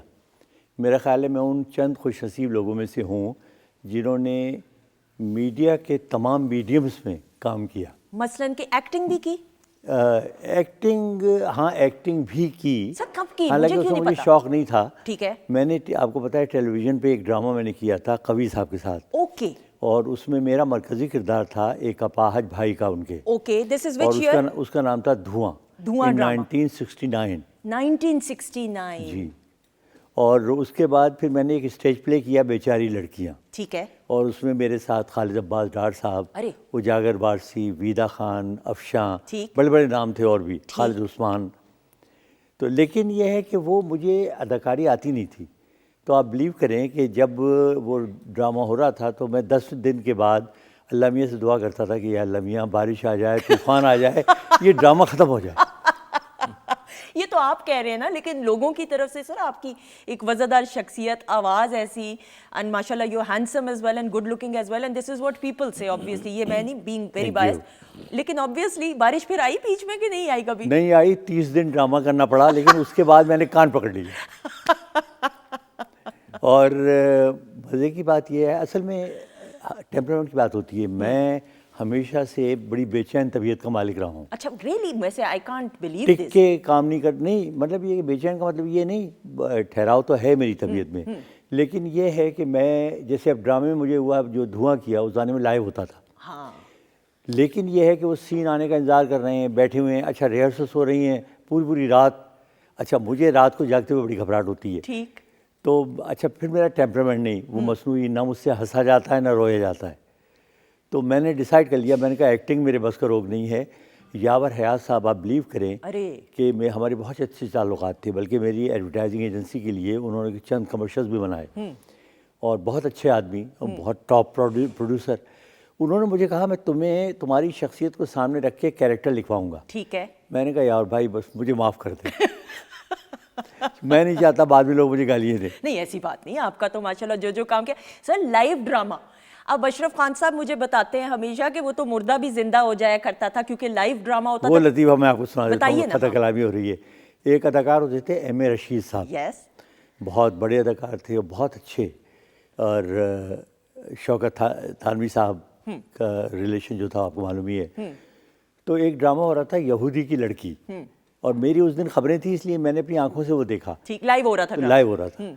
तो आखिरी उसका सीन था कि जो यहूदी है वो उनके पेट में खंजर मार देता है और वो गिरते हैं और मर जाते हैं।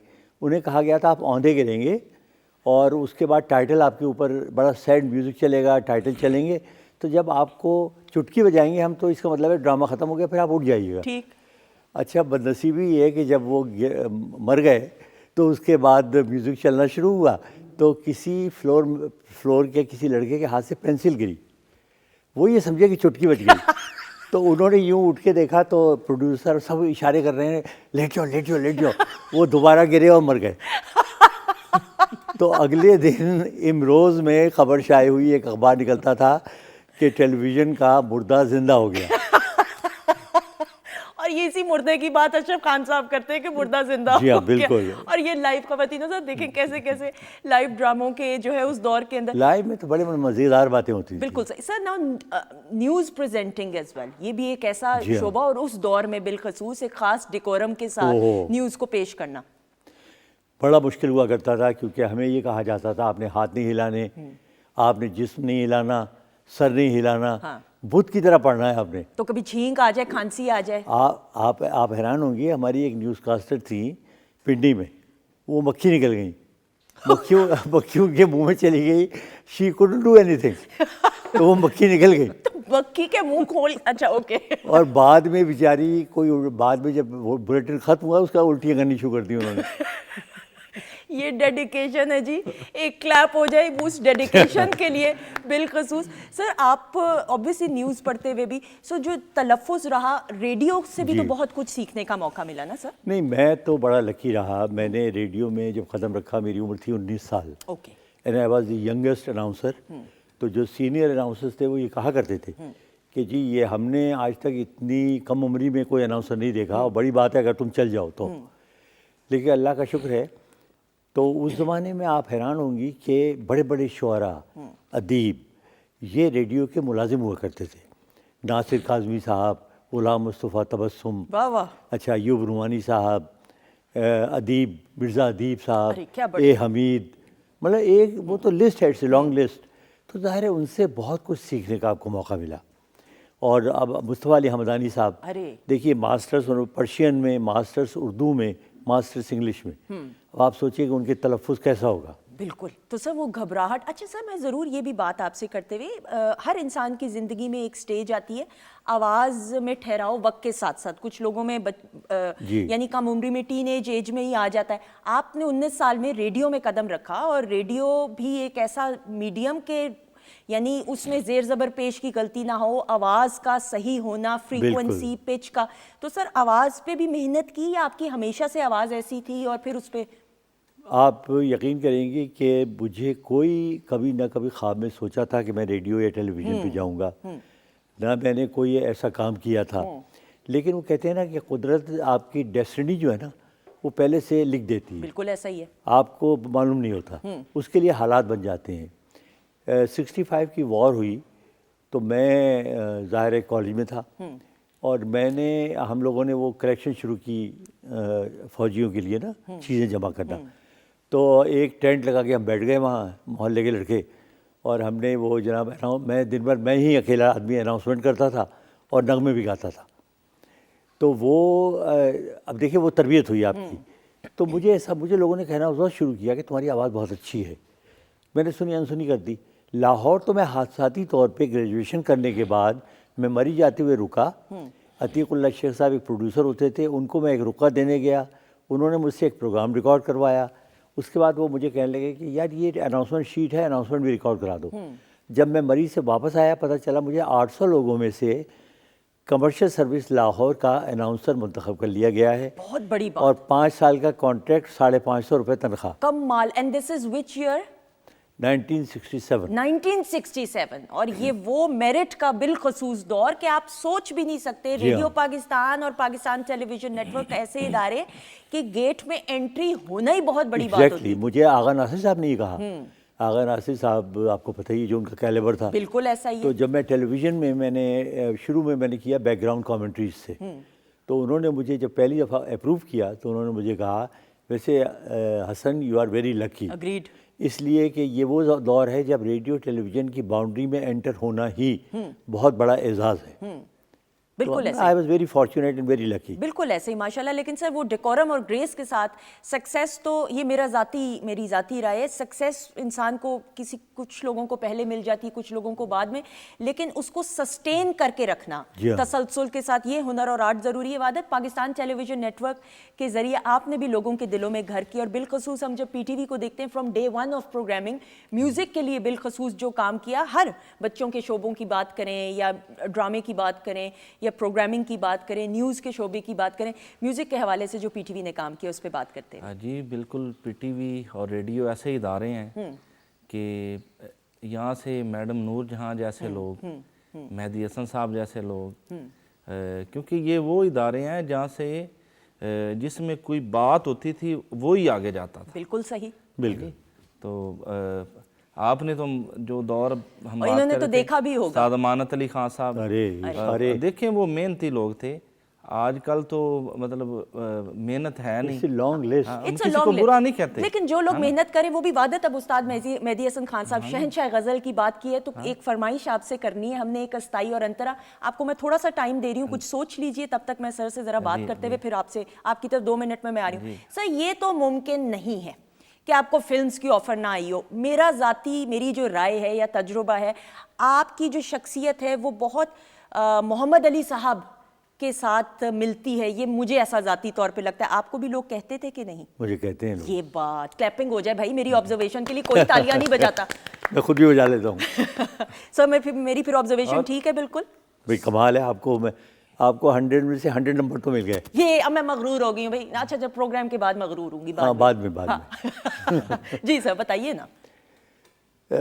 बहुत ऑफ़र आई, और एक मरतबा तो ये हुआ कि असद जाफरी साहब एक जर्नलिस्ट थे और फिल्मों में बड़ा काम किया उन्होंने, अदाकार भी थे बहुत अच्छे। तो वो फिल्में भी प्रोड्यूस करते थे। उन्होंने एक फ़िल्म प्रोड्यूस की, उसके बाद सेकंड जब वो करने लगे तो मुझे उन्होंने कहा, मैंने मना कर दिया साहब, मैंने कहा नहीं मैंने कहा, फिर मैं उनको किस्सा भी सुनाया बेचारी लड़की का। तो एक दिन वो आए और ड्यूटी ऑफिसर ने मुझे कहा, रेडियो पे मैं अनाउंसमेंट कर रहा था कि असद साहब आपको बड़ी देर से इंतज़ार कर रहे हैं। ठीक। मैं वहाँ आया तो वो मुझे हाथ पकड़ के और लाइब्रेरी में ले गए रेडियो की, और वहाँ जाके उन्होंने एक पोस्टर निकाला अपनी बगल से और उसको फैला दिया मेज़ पे। उस पोस्टर में सबसे ऊपर तस्वीर थी नदीम की। ओके। उसके बाद एक लड़का आया था जमील, एक फिल्म सज़ा बनी थी उसमें, ठीक है। और नीचे थी introducing the famous and popular radio announcer Hasan Jalil, और मेरी तस्वीर। मैंने कहा अच्छा, नाम था उसका फुटपाथ के शहजादे। ओके। तो कह लगे अब कहाँ जाओगे बच के। आप बिलीव करें, मुझे 1 महीना लगा उन्हें कन्विंस करने में कि मेरा टेम्परामेंट नहीं है, अगर आपने गालियाँ खानी है, फिल्म फ्लॉप करानी है तो आप कर लीजिए। नहीं, वो पता है मुझसे अदाकारी नहीं होती, सच्ची बात है। ड्रामा और थिएटर तो कर चुके हुए थे, ये वो उसके कर चुका बाद था, की लेकिन वो मैंने आपको पहले बताया कि जो बंदा ये दुआ कर रहा हो कि ये ख़त्म हो जाए, कि बारिश हो जाए, फलां चीज़ हो जाए, जी हाँ, तो वो नहीं किया। लेकिन अल्लाह का शुक्र है उसके बाद जो मैंने काम किए ना, अब जैसे देखिए क्रिकेट कमेंट्री के अलावा it's a matter of pride मेरा ख्याल मेरे लिए, और लोग भूल गए हैं उसको। मैंने सबसे ज़्यादा इंटरनेशनल और नेशनल इवेंट्स, इम्पोर्टेंस के नेशनल इवेंट कवर किए। मसलन 23 मार्च, 14 अगस्त, प्राइम मिनिस्टर हाउस के तमाम फंक्शंस, प्रेसिडेंट हाउस के तमाम फंक्शंस। उसके बाद मेरा पहली कमेंट्री थी जब जंगी कैदी वापस आए थे 1973 में, फिर अवामी मेला जो हमारे नेशनल स्पोर्ट, मतलब बेशुमार, तो उस पर मुझे बड़ा फ़ख्र है। अच्छा, वो मेरा टेम्परामेंट भी मैच करता था, ऐसा ही है। और अल्लाह का शुक्र है कि मैं आज बता रहा हूँ, मैंने तकरीबन कोई 15 से 20 हज़ार किताबें पढ़ी हैं। Really? उर्दू और इंग्लिश लिटरेचर की, इंग्लिश की कम, उर्दू की बहुत। बिल्कुल ठीक। कुदरती शौक था आपको पढ़ने का, मुझे या नॉलेज के लिए चूके? नहीं, मुझे बचपन से शौक था। ओके। तो उसमें मैंने मतलब हिस्ट्री पे मुझे बड़ा अबूर है, अल्लाह का शुक्र है। मैंने आप ये देखिए कि हिस्ट्री की जो है तारीख़ इब्न खलदून, तारीख़ तिबरी, तारीख़ फरिश्ता, सब पढ़ी हुई है मैंने, और ये सब मिला के तकरीबन अगर आप देखें 5000 पेजेस बनते हैं। एक्सीलेंट, बिल्कुल सही। तो वो मुझे शौक था, उसकी वजह से मुझे वोकैबुलरी मेरे पास ऑलरेडी थी। और मुझे एक टेस्ट लिया गया रेडियो पे, हमारे एक अनाउंसर होते थे अजीज़ुर रहमान साहब। एक दिन उन्होंने मुझे कहा कि भाई तुम बहुत अच्छी कमेंट्री करते हो, लेकिन आज तुम्हारा टेस्ट है, अगर तुम पास हो गए तो फिर तुम्हें मार नहीं खाओगे। ठीक है। तो उन्होंने कमरा बंद किया, उनके शागिर्द कुछ बैठे हुए थे, उन्होंने कहा इस कमरे पे बोलो। मैं आधा घंटा बोलता रहा, उन्होंने मुझे हाथ जोड़ कर बस कर भाई, खुदा का वास्ता। तो अल्लाह का शुक्र है, मतलब मुझे किसी भी जगह आप कहें कि किसी सब्जेक्ट पे कि आप बोलना शुरू कर दें तो मुझे स्क्रिप्ट की ज़रूरत नहीं पड़ती। बिल्कुल, आई कैन टोटली। ये तो सर आप तो माशाल्लाह मेंटोर्स में से हैं। अच्छा जी, इबादत, फिर आपकी तरफ बढ़ते हुए जी, मैं शहनशाह गज़ल बिल्कुल क्या पेश करेंगे? एक अस्ताई और अंतरा, फिर हमने कुछ गुफ्तगू और फिर एंड में काफ़ी सुनेंगे। जी, मैं जैसे कि ये फैज़ साहब की गज़ल, फैज़ फेस्टिवल जो है वो आज उसका आगाज़ हो चुका हुआ है। अलहमरा आर्ट्स काउंसिल में आप जाना चाहें ज़रूर जाइए, you should always go. I think that's a good festival माशाल्लाह से। गुलों में रंग भरे। अरे वाह वाह वाह वाह।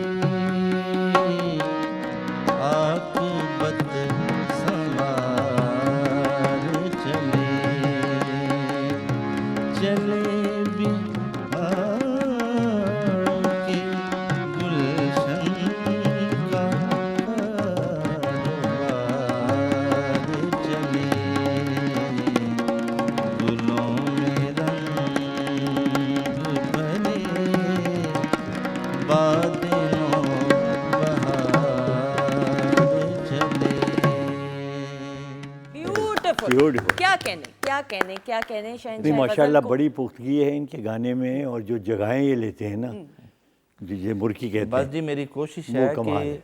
हमारे मुल्क से ये चीज़ें ख़त्म हो रही हैं, मेहनत ख़त्म हो नहीं, रही नहीं, है। बहुत माशाल्लाह। और अगर हम बड़े लोगों का रास्ता उस पे चलेंगे तो कभी हम ज़िंदगी में मार खा ही नहीं सकते। ऐसा ही है बिल्कुल। बेशक, सीखने वालों बिल्कुल। की फहरिस्त में सर शहंशाह गज़ल मेहदी हसन खान साहब से मुलाकात, अरे बहुत। बताएं ना पहली मुलाकात सर जो हुई हो।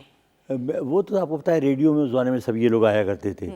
और अच्छा मैं इसलिए भी लकी रहा, जिस तरह मैंने और बहुत से काम किए, जितनी, चूँकि मैं I was the most popular announcer, अपने मुँह से कहना नहीं चाहिए, नहीं अल्हम्दुलिल्लाह एवरीबॉडी नोज़ लेकिन दैट। जितनी महफिल मौसीकी होती थी रेडियो पे, एक जश्न मौसीकी होता था 3 दिन का। ठीक।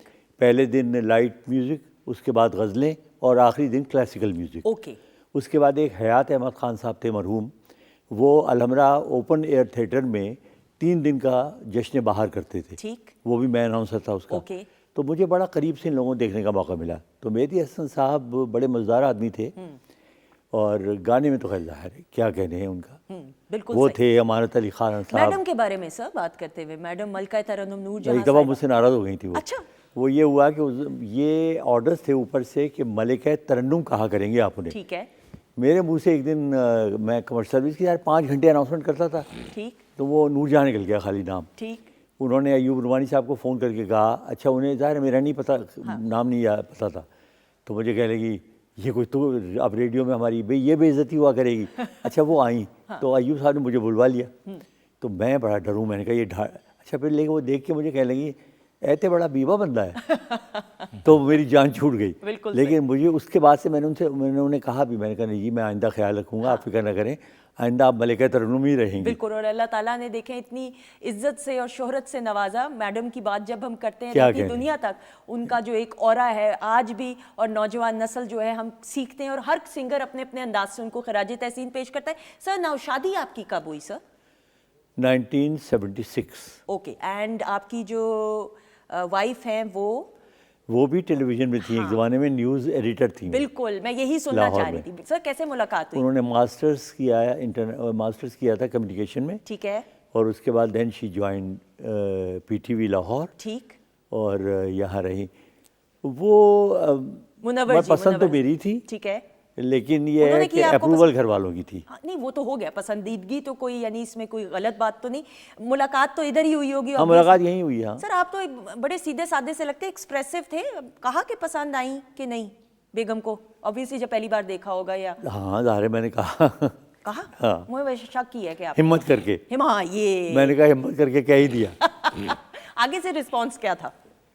ज़ाहिर अच्छा ही था। अच्छा, जाहिर जरूरी तो नहीं अच्छा हो ना, मतलब पसंदीदगी दोनों साइड। मुझे मैं कॉन्फिडेंट था कि अच्छा ही होगा। बिल्कुल सही। अच्छा सर, ज़रूर ये बात करते हुए ऑब्वियसली ना इतने इवेंट्स को भी माशाल्लाह होस्ट किया, और हॉकी की कमेंट्री नहीं, असल में उसमें मुझे आप यकीन करें कि सेक्रेटरी इन्फॉर्मेशन थे जनरल मुजीबुर रहमान साहब, और मेरे बड़े एडमायर थे, मतलब उन्होंने ही वो मुझे लेके आए थे बगैर किसी सिफारिश के।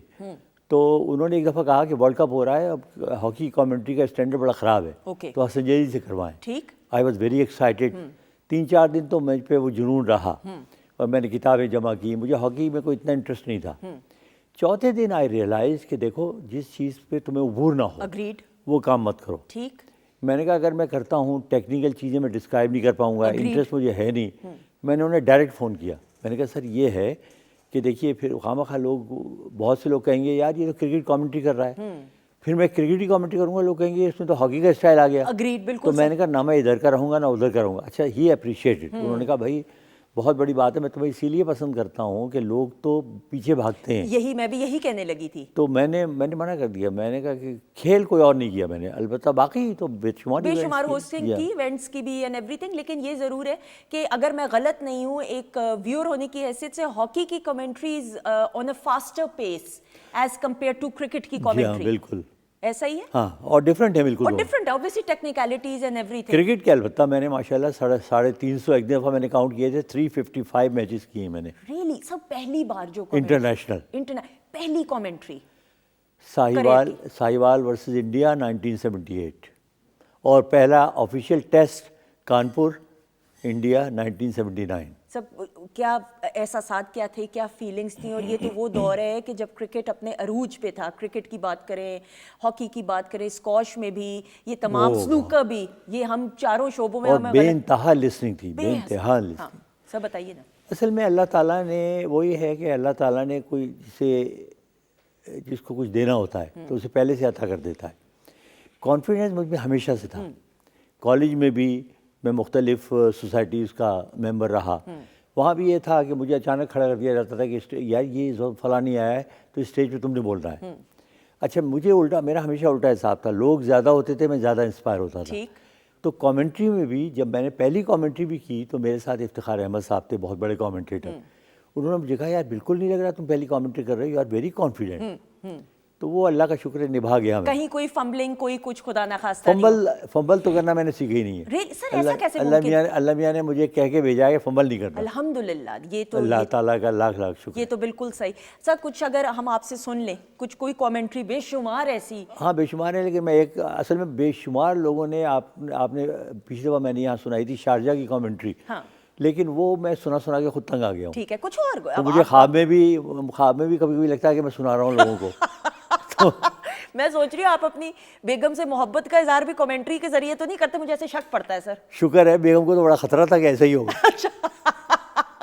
लेकिन ऐसा नहीं हुआ। हाँ बिल्कुल। वो कह रहे हैं कि मुझे तो किसी और लगता है, किसी और आप कहेंगे और बेगम क्लीन बोल्ड। तो लेकिन ये है कि वो बचत हो गई। ख़वातीन हज़रात देखिए, मैं प्लीज़ आपको लाइव बता रही हूँ, मैं ज़रा खुल के हंसने वाली लड़कियों में से हूँ, तो प्लीज़ मैं जब इंजॉय कर रही होती हूँ तो यही वाली हंसी होगी। सर वाकई में कहा तो नहीं कभी? नहीं, लेकिन शुरू में मजाक में वो कहती थी अच्छा वैसे कि आप दिन भर बोलते रहते हैं, ठीक है ना, तो घर में आके आप जो है ना वो संजीदा हो जाते हैं। तो मैंने कहा अगर यहाँ भी मैं बोलूँगा और उसके बाद मैंने यही जुमला दोहराया, मैंने कहा मैं कहूँगा और मेरी बेगम बोल्ड, तो तुम्हें कैसा लगेगा? कहने लगी आप ना ही बोले तो अच्छा है। ना ही बोले तो अच्छा है। अच्छा जी, क्या सुनाएंगे प्लीज़? देखिए, लॉर्ड्स का एक टेस्ट मैच हुआ था 1982 में, और उसकी ख़ास बात ये थी कि 28 साल से पाकिस्तान ने कोई मैच नहीं जीता था, और we were very close of winning that match. आखिरी दिन था और ख्याल ये था पाकिस्तान जीत जाएगा। इंग्लैंड खेल रहा था और पाकिस्तान ने फॉलो ऑन उसे कर दिया था, लेकिन पेशन गोई रात की थी कि ठीक 6 बजे थंडर स्टॉर्म आएगा जो बड़ा सिवियर होगा, और ये वो टाइम था जो क्लोजिंग टाइम था। तो आखिरी ओवर्स मैं कर रहा था, बड़े गहरे बादल शुरू हो गए थे, तो मैं उसका आखिरी जो 2-3 मिनट हैं वो आपको सुनाता हूँ। लॉर्ड्स क्रिकेट ग्राउंड, जहाँ पर पाकिस्तान अपनी फतह से चंद अंश के फासले पर, लेकिन पाकिस्तान को जो इस वक्त ख़तरा दरपेश है वो मौसम से है। और मैं देख रहा हूँ कि पहले वो जो स्याह बादल हमसे बहुत दूर थे, हमारे बिल्कुल पीछे, अब हवा के दोष पर तैरते हुए बिल्कुल लॉर्ड्स क्रिकेट ग्राउंड के ऊपर आ गए हैं। बिजली भी चमकती हुई दिखाई दे रही है और बादल भी गरज रहे हैं, और यहाँ लोगों की बहुत बड़ी तादाद मौजूद है, बड़ी बेचैनी के साथ पाकिस्तान की फ़तह की मुंतज़िर। लेकिन लोग शिद्दत जज्बात में नारे तकबीर बुलंद कर रहे हैं और साथ ही साथ कलमा पढ़ रहे हैं। तो अजीब सा मंज़र है, बादलों की गरज, बिजली की कड़क और उसके साथ कलमे की गूंज और साथ ही साथ नारे की आवाज़ें। एक अजीब सा माहौल है। जावेद मियादाद सामने हैं और इंग्लैंड के खिलाड़ियों की कोशिश है कि वक्त गुजारा जाए। बॉब विलिस है बॉलर, अपने बॉलिंग के निशान पर तैयार हुए गेंद करने के लिए। किसी भी वक्त बारिश शुरू हो सकती है, दिल धड़कते हुए, और यकीनी तौर पर हमारे भी दिल यहाँ पर कमेंट्री बॉक्स में बड़ी तेज़ी के साथ धड़क रहे हैं।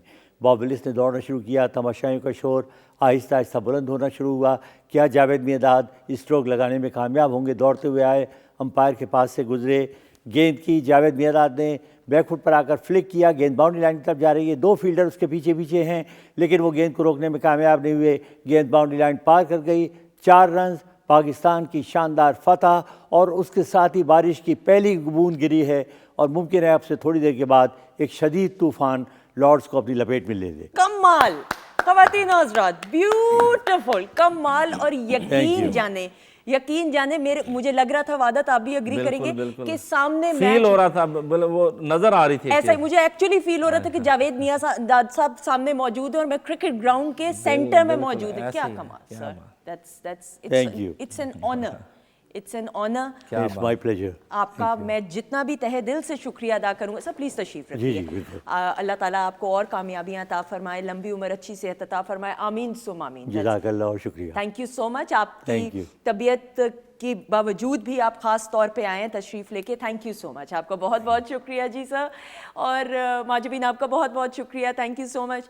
वादत आपका भी बहुत बहुत शुक्रिया, आपका बहुत शुक्रिया, थैंक यू सो मच। याद भाई थैंक यू सो मच। ख़वातीनो-ज़ात आपका भी बहुत बहुत शुक्रिया। ज़िंदगी रही, मेरे रब की रज़ा रही और अल्लाह का हुक्म हो तो इंशाल्लाह कल के प्रोग्राम में आपसे ज़रूर मुलाकात होगी। अपने रब की दी गई नेमतों, रहमतों, बरकतों का हर लम्हा हर घड़ी शुक्र अदा करके ज़िंदगी गुजारी, क्योंकि मेरे रब को शुक्रगुजारी पसंद है। हमारी तरफ से खुदाफिज़, लेकिन जाने से पहले एक बहुत ही खूबसूरत ट्रिब्यूट वहदत अपने वालिद साहब को पेश करते हुए बिस्मिल्लाह कीजिएगा। उनकी लिखी हुई काफ़ी मेरे वालिद साहब की, वो मैं पेश करता हूँ।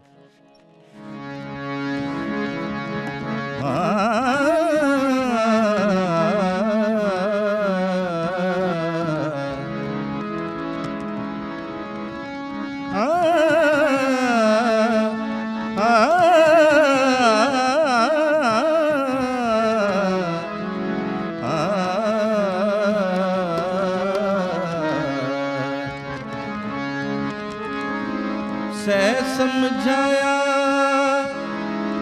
इन्ना अखियां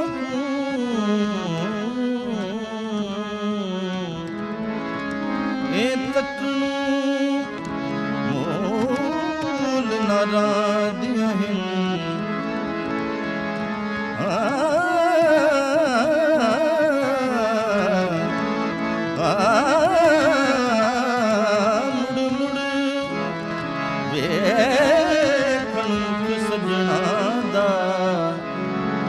ते शर्म जरा ना खादियां हैं, जाग के सारी रात गुजारन,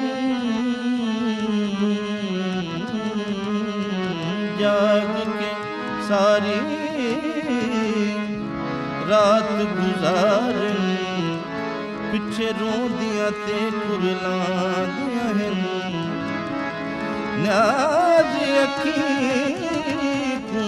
आखां जड़ियां कक दा बार ना सांदियां हैं, न्याज अखी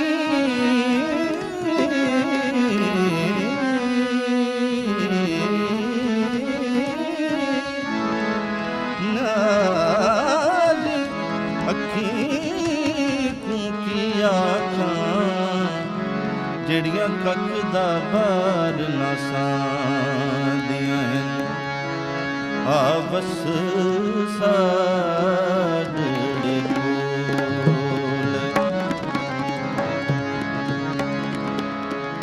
आवस साडे कोल,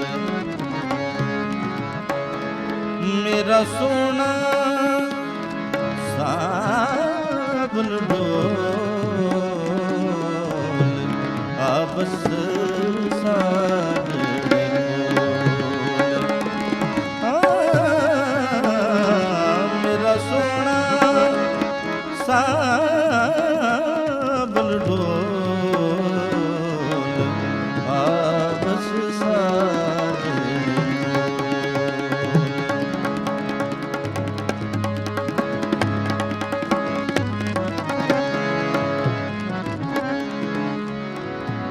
शाला हो भी खैर हुसन दी,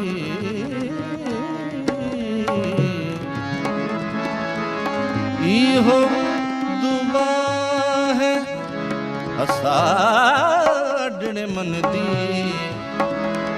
शाला